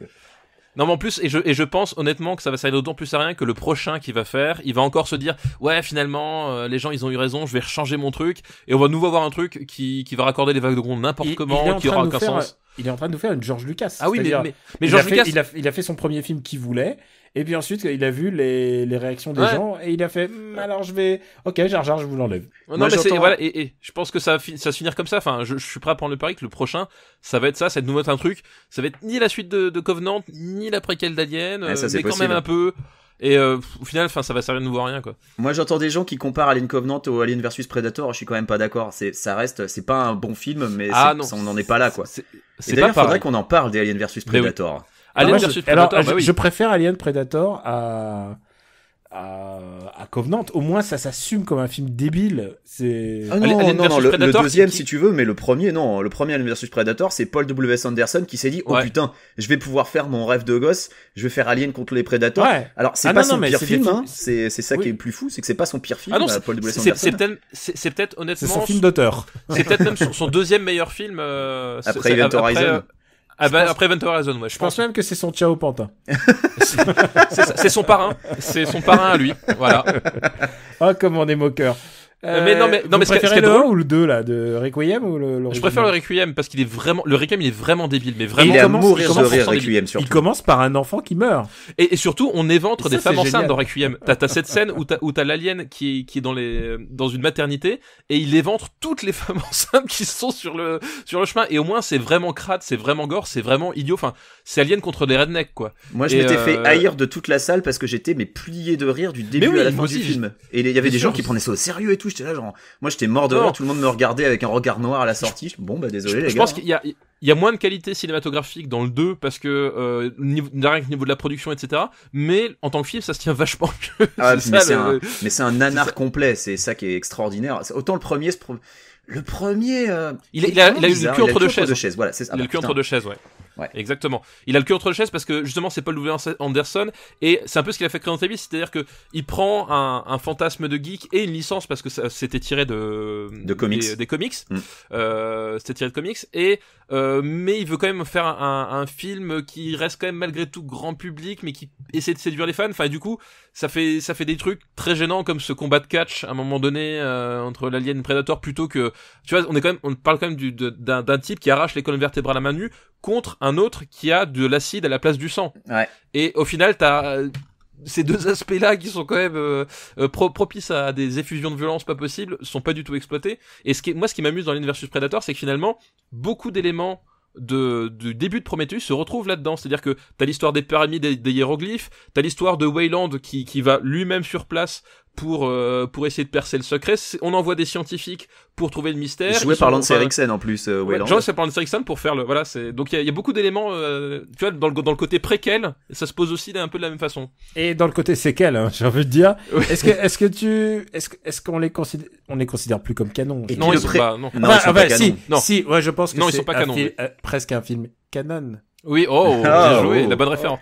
Mais Eh, d'ailleurs, j'aime parlant bien de le canon, pré d'Alien à la fin aussi, hein, honnêtement. oui, le prêt d'Alien va y arriver. Mais malheureusement, en fait, tu le vois pas énormément, quoi. Bon. Ouais. Mais tu parles de canon, bah là, on tombe aussi sur un truc, c'est que du point de vue de Ridley Scott, il y a que Alien 1 qui est canon parce que la reine Alien, Ridley déteste les deux autres. Rid- James Cameron, la reine il Alien, déteste il veut- ceux qui viennent d'après. Et attends, tu dis La les Reine Alien, deux il autres, veut donc pas en c'est entendre parler, significatif que Résurrection, il n'existe pas, quoi.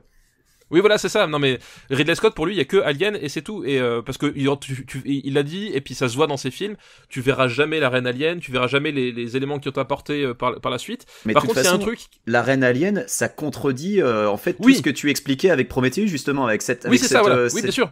cette, Ouais, cette exactement. créature qui a besoin d'un hôte. Bah là, une reine alien, ça contredit tout ça, parce qu'une reine alien, elle serait capable de générer des xénomorphes juste en les pondant, quoi.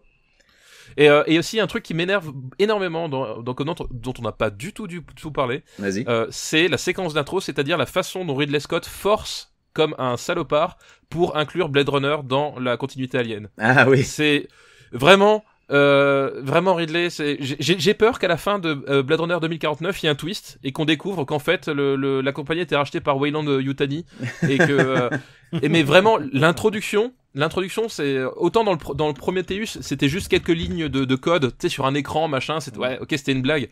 Là toute la séquence d'introduction, enfin le premier plan c'est le même plan que Blade Runner, le dialogue entre Guy Pearce et Fassbender. et Fassbender c'est le même que entre Rutger Hauer et son créateur dans enfin voilà, vraiment il force comme un salopard pour inclure Blade Runner là-dedans et je ne sais pas vous mais moi je n'ai pas envie de ça, vraiment. Est-ce que pour conclure, est-ce qu'on pourrait pas dire qu'on est tous heureux que il ne touche pas à la suite de Blade Runner? Alors il le produit quand même. Ouais, mais il le touche pas, c'est pas lui Oui, qui le réalise. en tout cas, je suis heureux que ce soit Denis Villeneuve. Moi, personnellement, Ouais. Ouais. c'est le meilleur choix qu'on pouvait trouver. Et là, je le redis, je le redis. Et rien que pour ça, Blade Runner 2049 me fait envie. Alors que Blade Runner, c'est un de mes films cultes. Voilà. Putain, mais si c'est nul, je vais faire un montage de toutes les fois où t'as dit Ah oui. trop bien, trop bien. Non mais oui, j'assumerai. Mais en tout cas, disons que je pouvais pas trouver quelqu'un d'autre qui puisse faire cette suite, quoi. Bah, je suis d'accord aussi et je suis content qu'il y touche pas. Vous m'avez traité d'abruti? Oui. Je pratique les arts martiaux, judo, aikido, karaté. La première chose qu'on nous apprend, c'est le contrôle. Un type me traite d'abruti, je ne cogne pas, je le regarde et je m'en vais. Eh ben, tire-toi, alors. Vous avez de la chance. Allez pour les chariots effilés. Vous avez de la chance. Gros connard. Vous avez de la chance. Fédé. After Eight est un titre trompeur parce qu'à la fin, on balance nos recommandations parce qu'on ne fait pas que tabasser des vieux réalisateurs de 79 ans.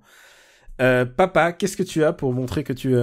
Qu'est-ce que tu me proposes pour montrer que tu as un peu une âme encore? Que j'ai encore un peu une âme. Eh ben écoute, je vais faire une reco thématique et je vais parler jeux vidéo et je vais recommander le jeu Alien vs Predator. Mais alors attention, pas le FPS sorti sur Amiga, pas le FPS sorti sur PC, mais je parle du jeu d'arcade, le Beat'em All sorti en 94 par Capcom sur borne d'arcade donc, et qui est pour moi vraiment un des chefs-d'œuvre du Beat'em All. C'est vraiment un de mes Beat'em All préférés.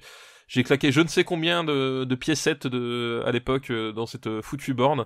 Juste à côté, il y avait la bande Street Fighter 2, tu vois, j'alternais de l'une à l'autre. Et voilà, et à rejouer aujourd'hui, enfin, je crois pas qu'il soit ressorti. Mais ça va être très compliqué parce qu'il n'a jamais été adapté sur aucune autre plateforme. Donc pour y jouer aujourd'hui. Alors comment vas-tu y jouer de manière honnête et aujourd'hui, il faut essayer de trouver un café qui en propose. Ou alors acheter une cartouche CPS2, voilà. Une cartouche CPS2, voilà, donc exactement. Bon courage. Non, c'est pas cher, ça se trouve. Mais il faut avoir la borne pour il faut avoir la borne qui va avec.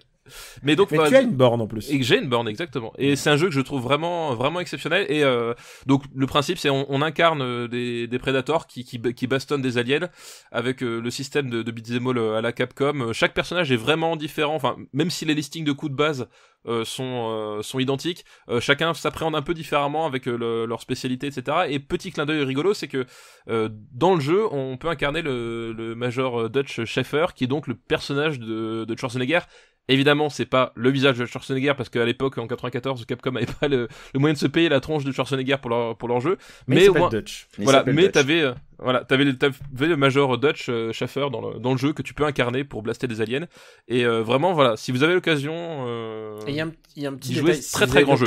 L'occasion, donc si vous avez un émulateur, on va dire, c'est ça que tu voulais dire, hein. C'est-à-dire que là, je suis sur eBay et pour acheter une board CPS2 d'Alien vs Predator, ça coûte $400 quand même. Et sachant qu'avec ça, t'as juste la board, hein, t'as pas le converteur JAMA qui est collé avec, hein. Donc oui, non, ça c'est un petit peu un loisir de riche. Bonne recommandation. Mais c'est ça le jeu vidéo, c'est un loisir de droite et de bourgeois. Qu'est-ce que tu veux, c'est comme ça. Et en plus, si tu veux avoir la borne originale, ça se joue à Bla 3, si je me souviens. T'es sûr là qu'il est joué à Bla 3? Je suis sûr et certain. AVP, je suis pas sûr du tout. Je l'ai vu sur la borne originale et il était jouable à 3. Peut-être, moi j'ai jamais joué qu'à 2 regarde le screen parce que tu verras. Avec ma cousine, mais à l'époque.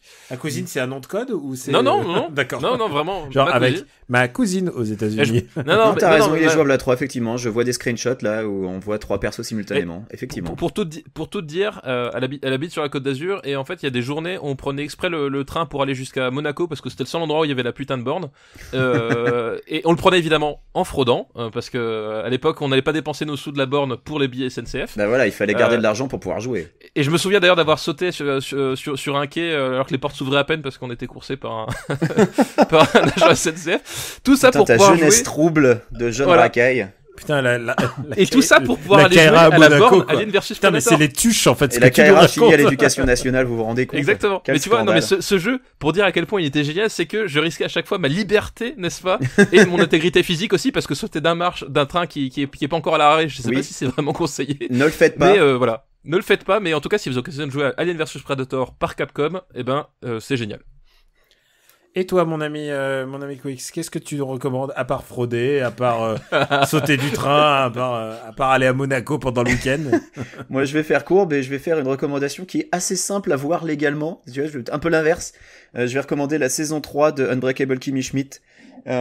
qui est donc sorti sur Netflix. Alors Netflix que Pedro Almodovar n'aime pas beaucoup, donc cette recommandation n'est pas validée par Pedro Almodovar, j'en suis désolé. Ni par le Festival de Cannes, voilà. Ni par le Festival de Cannes dans son entièreté.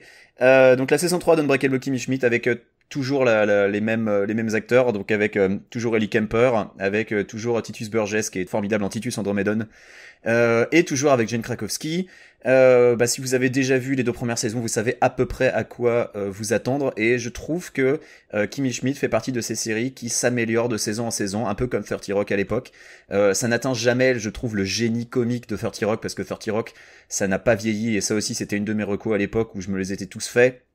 C'est des niveaux de qualité d'écriture que je pense aucune autre série n'a atteint depuis.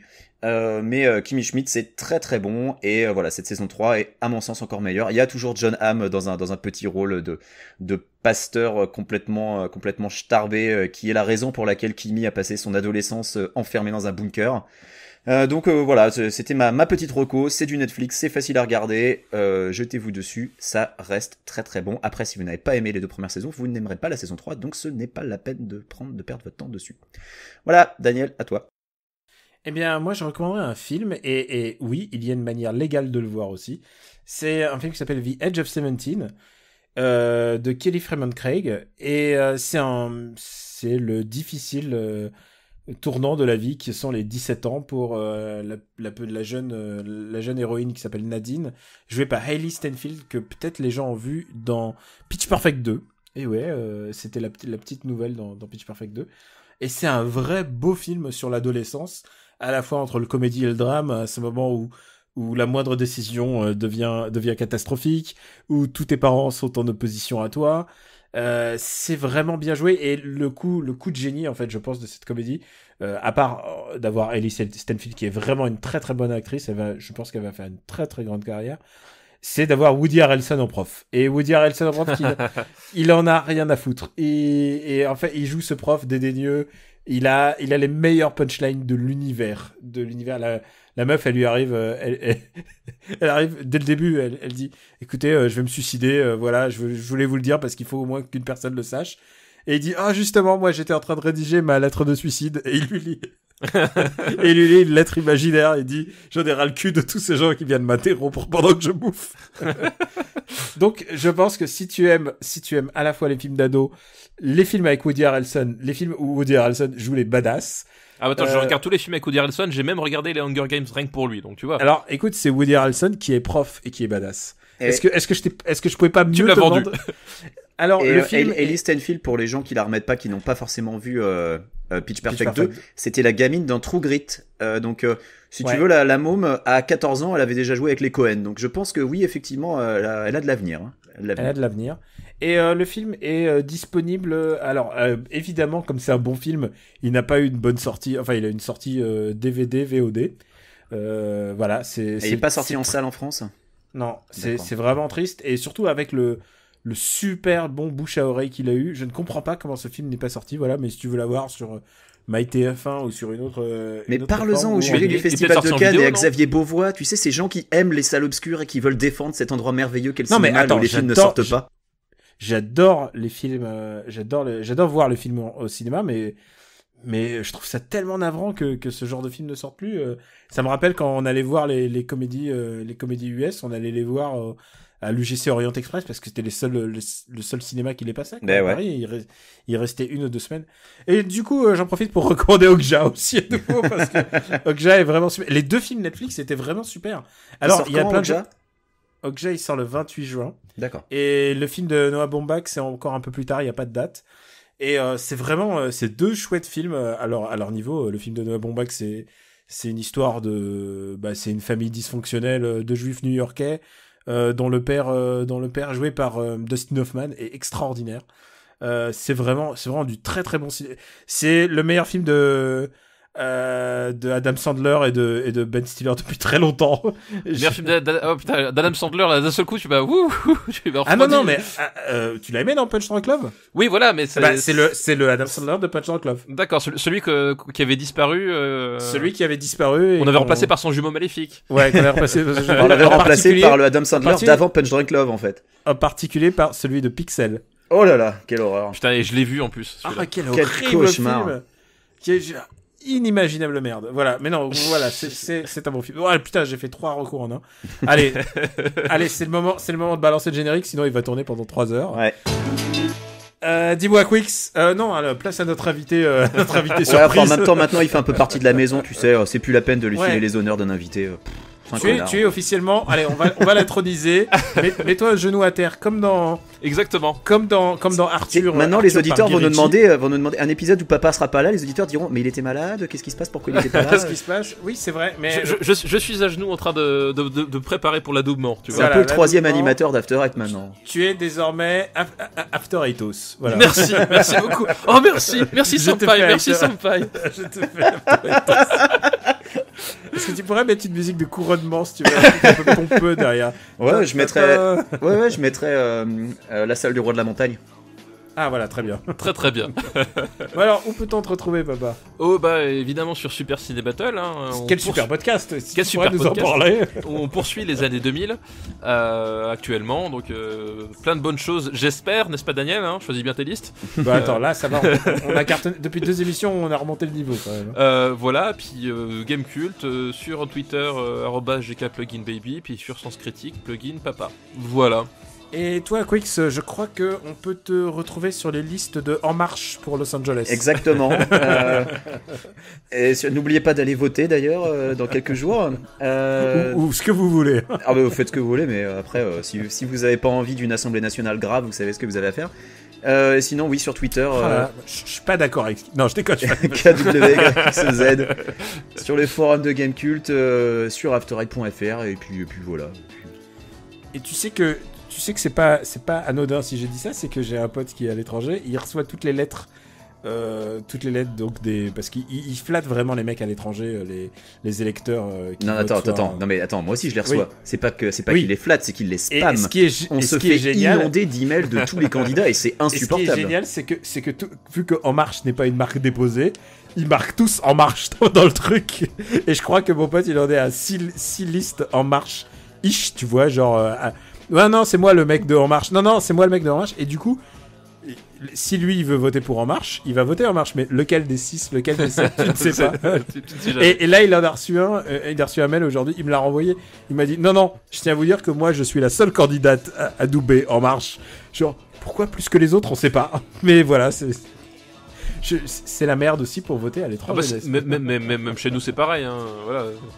Chez nous, t'as plein de candidats étiquetés majorité présidentielle, tu sais. Genre, mais tu sais que Quix en plus est amoureux de son député, il va devoir s'en séparer. Ah, mais oui, je sais que c'est triste pour lui. Tu sais que j'avais une opportunité d'aller le rencontrer aujourd'hui pour aller lui expliquer pourquoi ça sert à rien de se battre pour le rétablissement du vote par internet et qu'il faut absolument pas essayer de soutenir le vote par internet, mais finalement j'ai préféré enregistrer un podcast avec vous. Ton député s'appelle comment? Dis-le. Frédéric Lefebvre, ta gueule. Frédéric le légendaire Frédéric Lefebvre. Le légendaire. Zadig et Voltaire, tout ça. Zadig et Voltaire. Et moi, ce que je préfère, c'est quand il a fait une vidéo de lui en train de taper à l'ordinateur, genre je tape mon livre. Et son livre s'appelait Le mieux est l'ami du bien. Mais vraiment, et Frédéric, c'est un homme de raison et c'est un peu le Descartes de notre temps. Non, mais Frédéric, c'est un champion du monde de la politique. C'est un champion du monde qui avait envoyé un email à la totalité de ses administrés parce que évidemment, donc comme je l'ai dit, quand on est expatrié, on se récupère tous les emails de tous les candidats parce qu'au moment où on s'inscrit au consulat, on n'est pas prévenu que notre email va être moissonné et récupéré pour distribué. Alors que nous, ils ont pas le droit, mais vous, électorales. Jurisprudence, hop, à l'étranger, vous avez. Non, mais nous, ils utilisent un article de loi dont ils ont fait une interprétation un peu à leur sauce. Genre, les candidats ont le droit de prendre connaissance des listes et ils l'interprètent à leur sauce. On peut les spammer comme des gorées. Et pour arrêter de se faire spammer, il faut se désinscrire de toutes les newsletters. Donc, quand on reçoit 70, et même des fois, moi, Frédéric Lefebvre, je m'étais déjà désinscrit, j'ai continué à recevoir. Donc, tu vois, ils s'en battent la race. Mais surtout, ce monsieur avait fait un email où il parlait de l'Aménor. Genre, tu sens bien le publipostage où le gars, il avait plus ou moins dit à son stagiaire, tu m'écris ça vite fait. Et donc Am-Nord, donc pour dire Amérique du Nord, L'Am-Nord. Tu sens bien que c'était un email qu'ils n'avaient pas relu avant de l'envoyer. Et ensuite le gars a essayé de se rattraper aux branches en disant qu'il avait monté une association, l'association L'Am-Nord, pour la défense des intérêts des Français habitant en Amérique du Nord. Donc j'ai trouvé que rien que pour ce rattrapage aux branches, il y avait une médaille d'or qui devrait être décernée à notre ami Frédéric Lefebvre. Voilà, c'est une discipline olympique. Et puis, je tiens à passer aussi une petite annonce avant de boucler ce truc. C'est que moi, j'ai reçu un mail, on me les envoie, du coup, on m'envoie les meilleurs. Je tiens à signaler que samedi 4 juin, il y a un pique-nique, le pique-nique de la France Insoumise, des Insoumis au parc Yoyogi de Tokyo. Et alors moi, j'ai trop envie de voir ce que c'est qu'un Insoumis à Tokyo. À Tokyo, ouais, c'est clair. Alors, c'est sur le parvis de l'entrée principale du parc Yoyogi, près de la sortie Harajuku. Ah, et je vous dis, et je n'invente pas un seul de ces mots. Ah, qu'on est méchant. Bon, et ben moi, je suis Daniel Andreev, et vous pouvez me retrouver sur Twitter @CamuRobotics, sur Super Ciné Battle, sur le podcast aussi MDR, où on dit parfois du bien des comédies françaises. T'es sûr que tu veux pas en faire un, papa, un jour? Ah putain, mais vraiment, Daniel, c'est un seul alors, tu sais, il va falloir vraiment qu'on le choisisse. On le choisira à l'avance. On le choisira, voilà. Et on ira le voir main dans la main. Si mais tu sais, je te l'ai déjà dit, à Saint-Antenne, mais vraiment, être ami avec toi, c'est quelque chose. C'est un sacerdoce, hein. C'est pas toujours facile. Hein. C'est pas toujours facile, mais vous êtes les deux seuls qui étaient pas à mon anniversaire. Attends, moi j'étais présent en FaceTime. C'est vrai. Moi je suis parti en Italie parce que je me suis dit oh non, je vais pas me taper l'anniversaire de ce con, c'est bon, il me saoule déjà suffisamment toute l'année, tu peux pas me déranger pour ça, oui, tu penses? C'est pour ça que tu m'as envoyé une vidéo de tes enfants qui me souhaitaient un joyeux anniversaire. Oui. Et à la fin, ils disaient au secours. Oui, tu la passes à l'envers, il faut au secours. Oui. En fait, il faut regarder. Je regardais pas la fille qui avait l'air à peu près, mais le fils, il était genre au secours. Il croisait les doigts, genre aidez-nous. Voilà, vous pouvez nous retrouver aussi sur le site after8.fr. Vous pouvez aussi nous retrouver sur iTunes ou sur n'importe lequel service de podcast, votre appli préférée. Et je suis sûr que vous en avez une. Et je crois qu'on a fucking tout dit. Et j'espère que vous aimez TV Girl Let Yourself parce qu'on en est à la 5e boucle au moins. Que j'ai vu en concert et ils l'ont pas fait. Ça c'est dégueulasse. Et on se dit à la prochaine. On espère que vous serez là. À bientôt. On vous embrasse. Papa il sera là, je pense. Oh bah oui, attends, ça va être. C'est quoi? On a Wonder Woman. Tu vas aller voir Wonder Woman en salle? Putain, faut que j'aille Wonder Woman. Quelle horreur. On va dire du mal de DC. Ça vous dit? Bah écoute, Daniel, tu sais très bien que pour toi, je ferai n'importe quoi. Ah oui, là, tout d'un coup, là, tu es d'accord. Bah tu me proposes de regarder un film avec Gal Gadot, moi forcément, je dis oui. Hein. Ça serait bien, peut-être. Bah, on peut espérer, hein. Après on vous laisse sur ce suspense. On sait pas encore quel est le sujet de la semaine prochaine, mais ça risque d'être ça en fait. Je suis en train de me dire. Dans 2 semaines, hein. Je saurais dire la semaine prochaine. Oui, c'est vrai. Oui, c'est relâche. C'est relâche. Voilà. Allez, on vous embrasse très fort et on vous dit à bientôt. À bientôt. Ciao.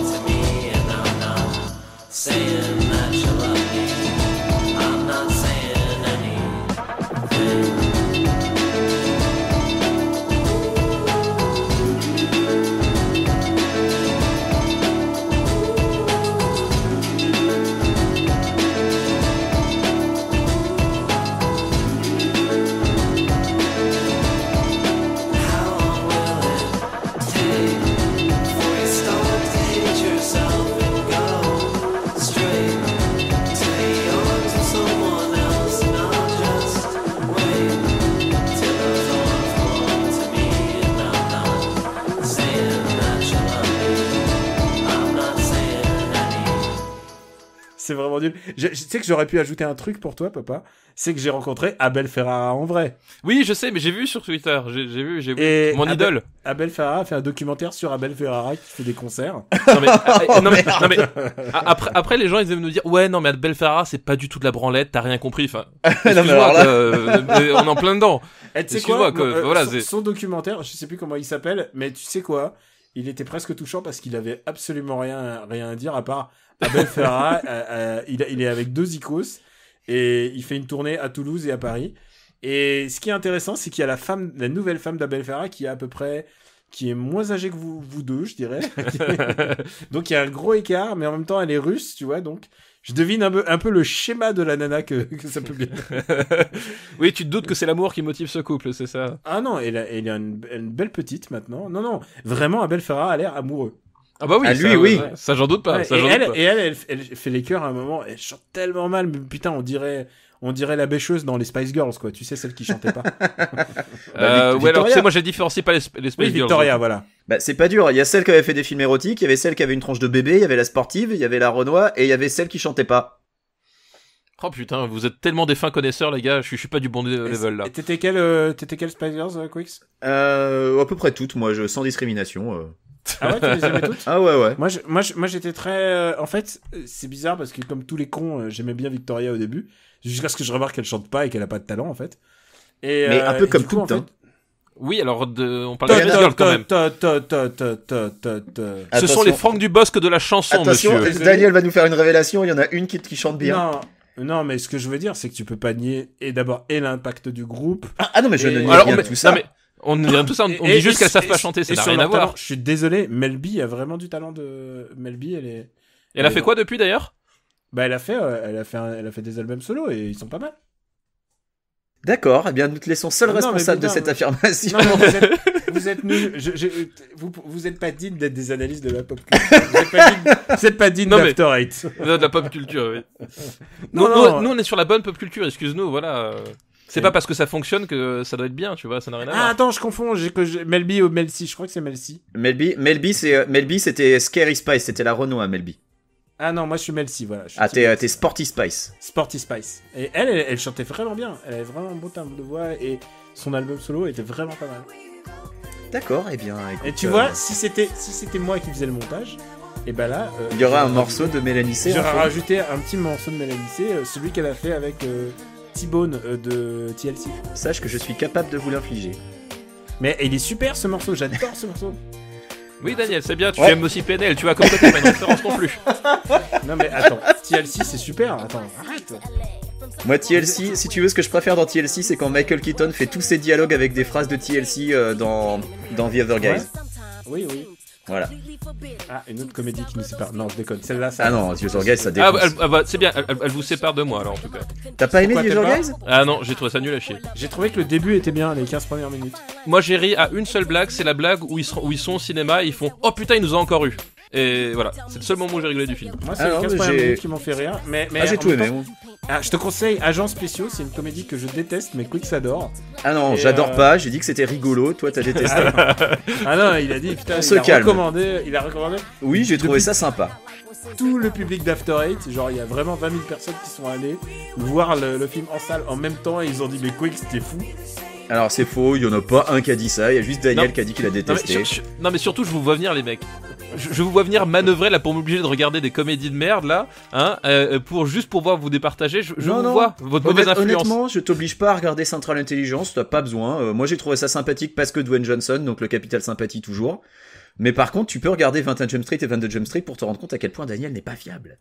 Je sais qu'il est pas fiable. 21 Jump Street c'est mortel et 22 Jump Street c'est le meilleur début d'une comédie américaine depuis très longtemps. Mais ça en fait beaucoup de révélations.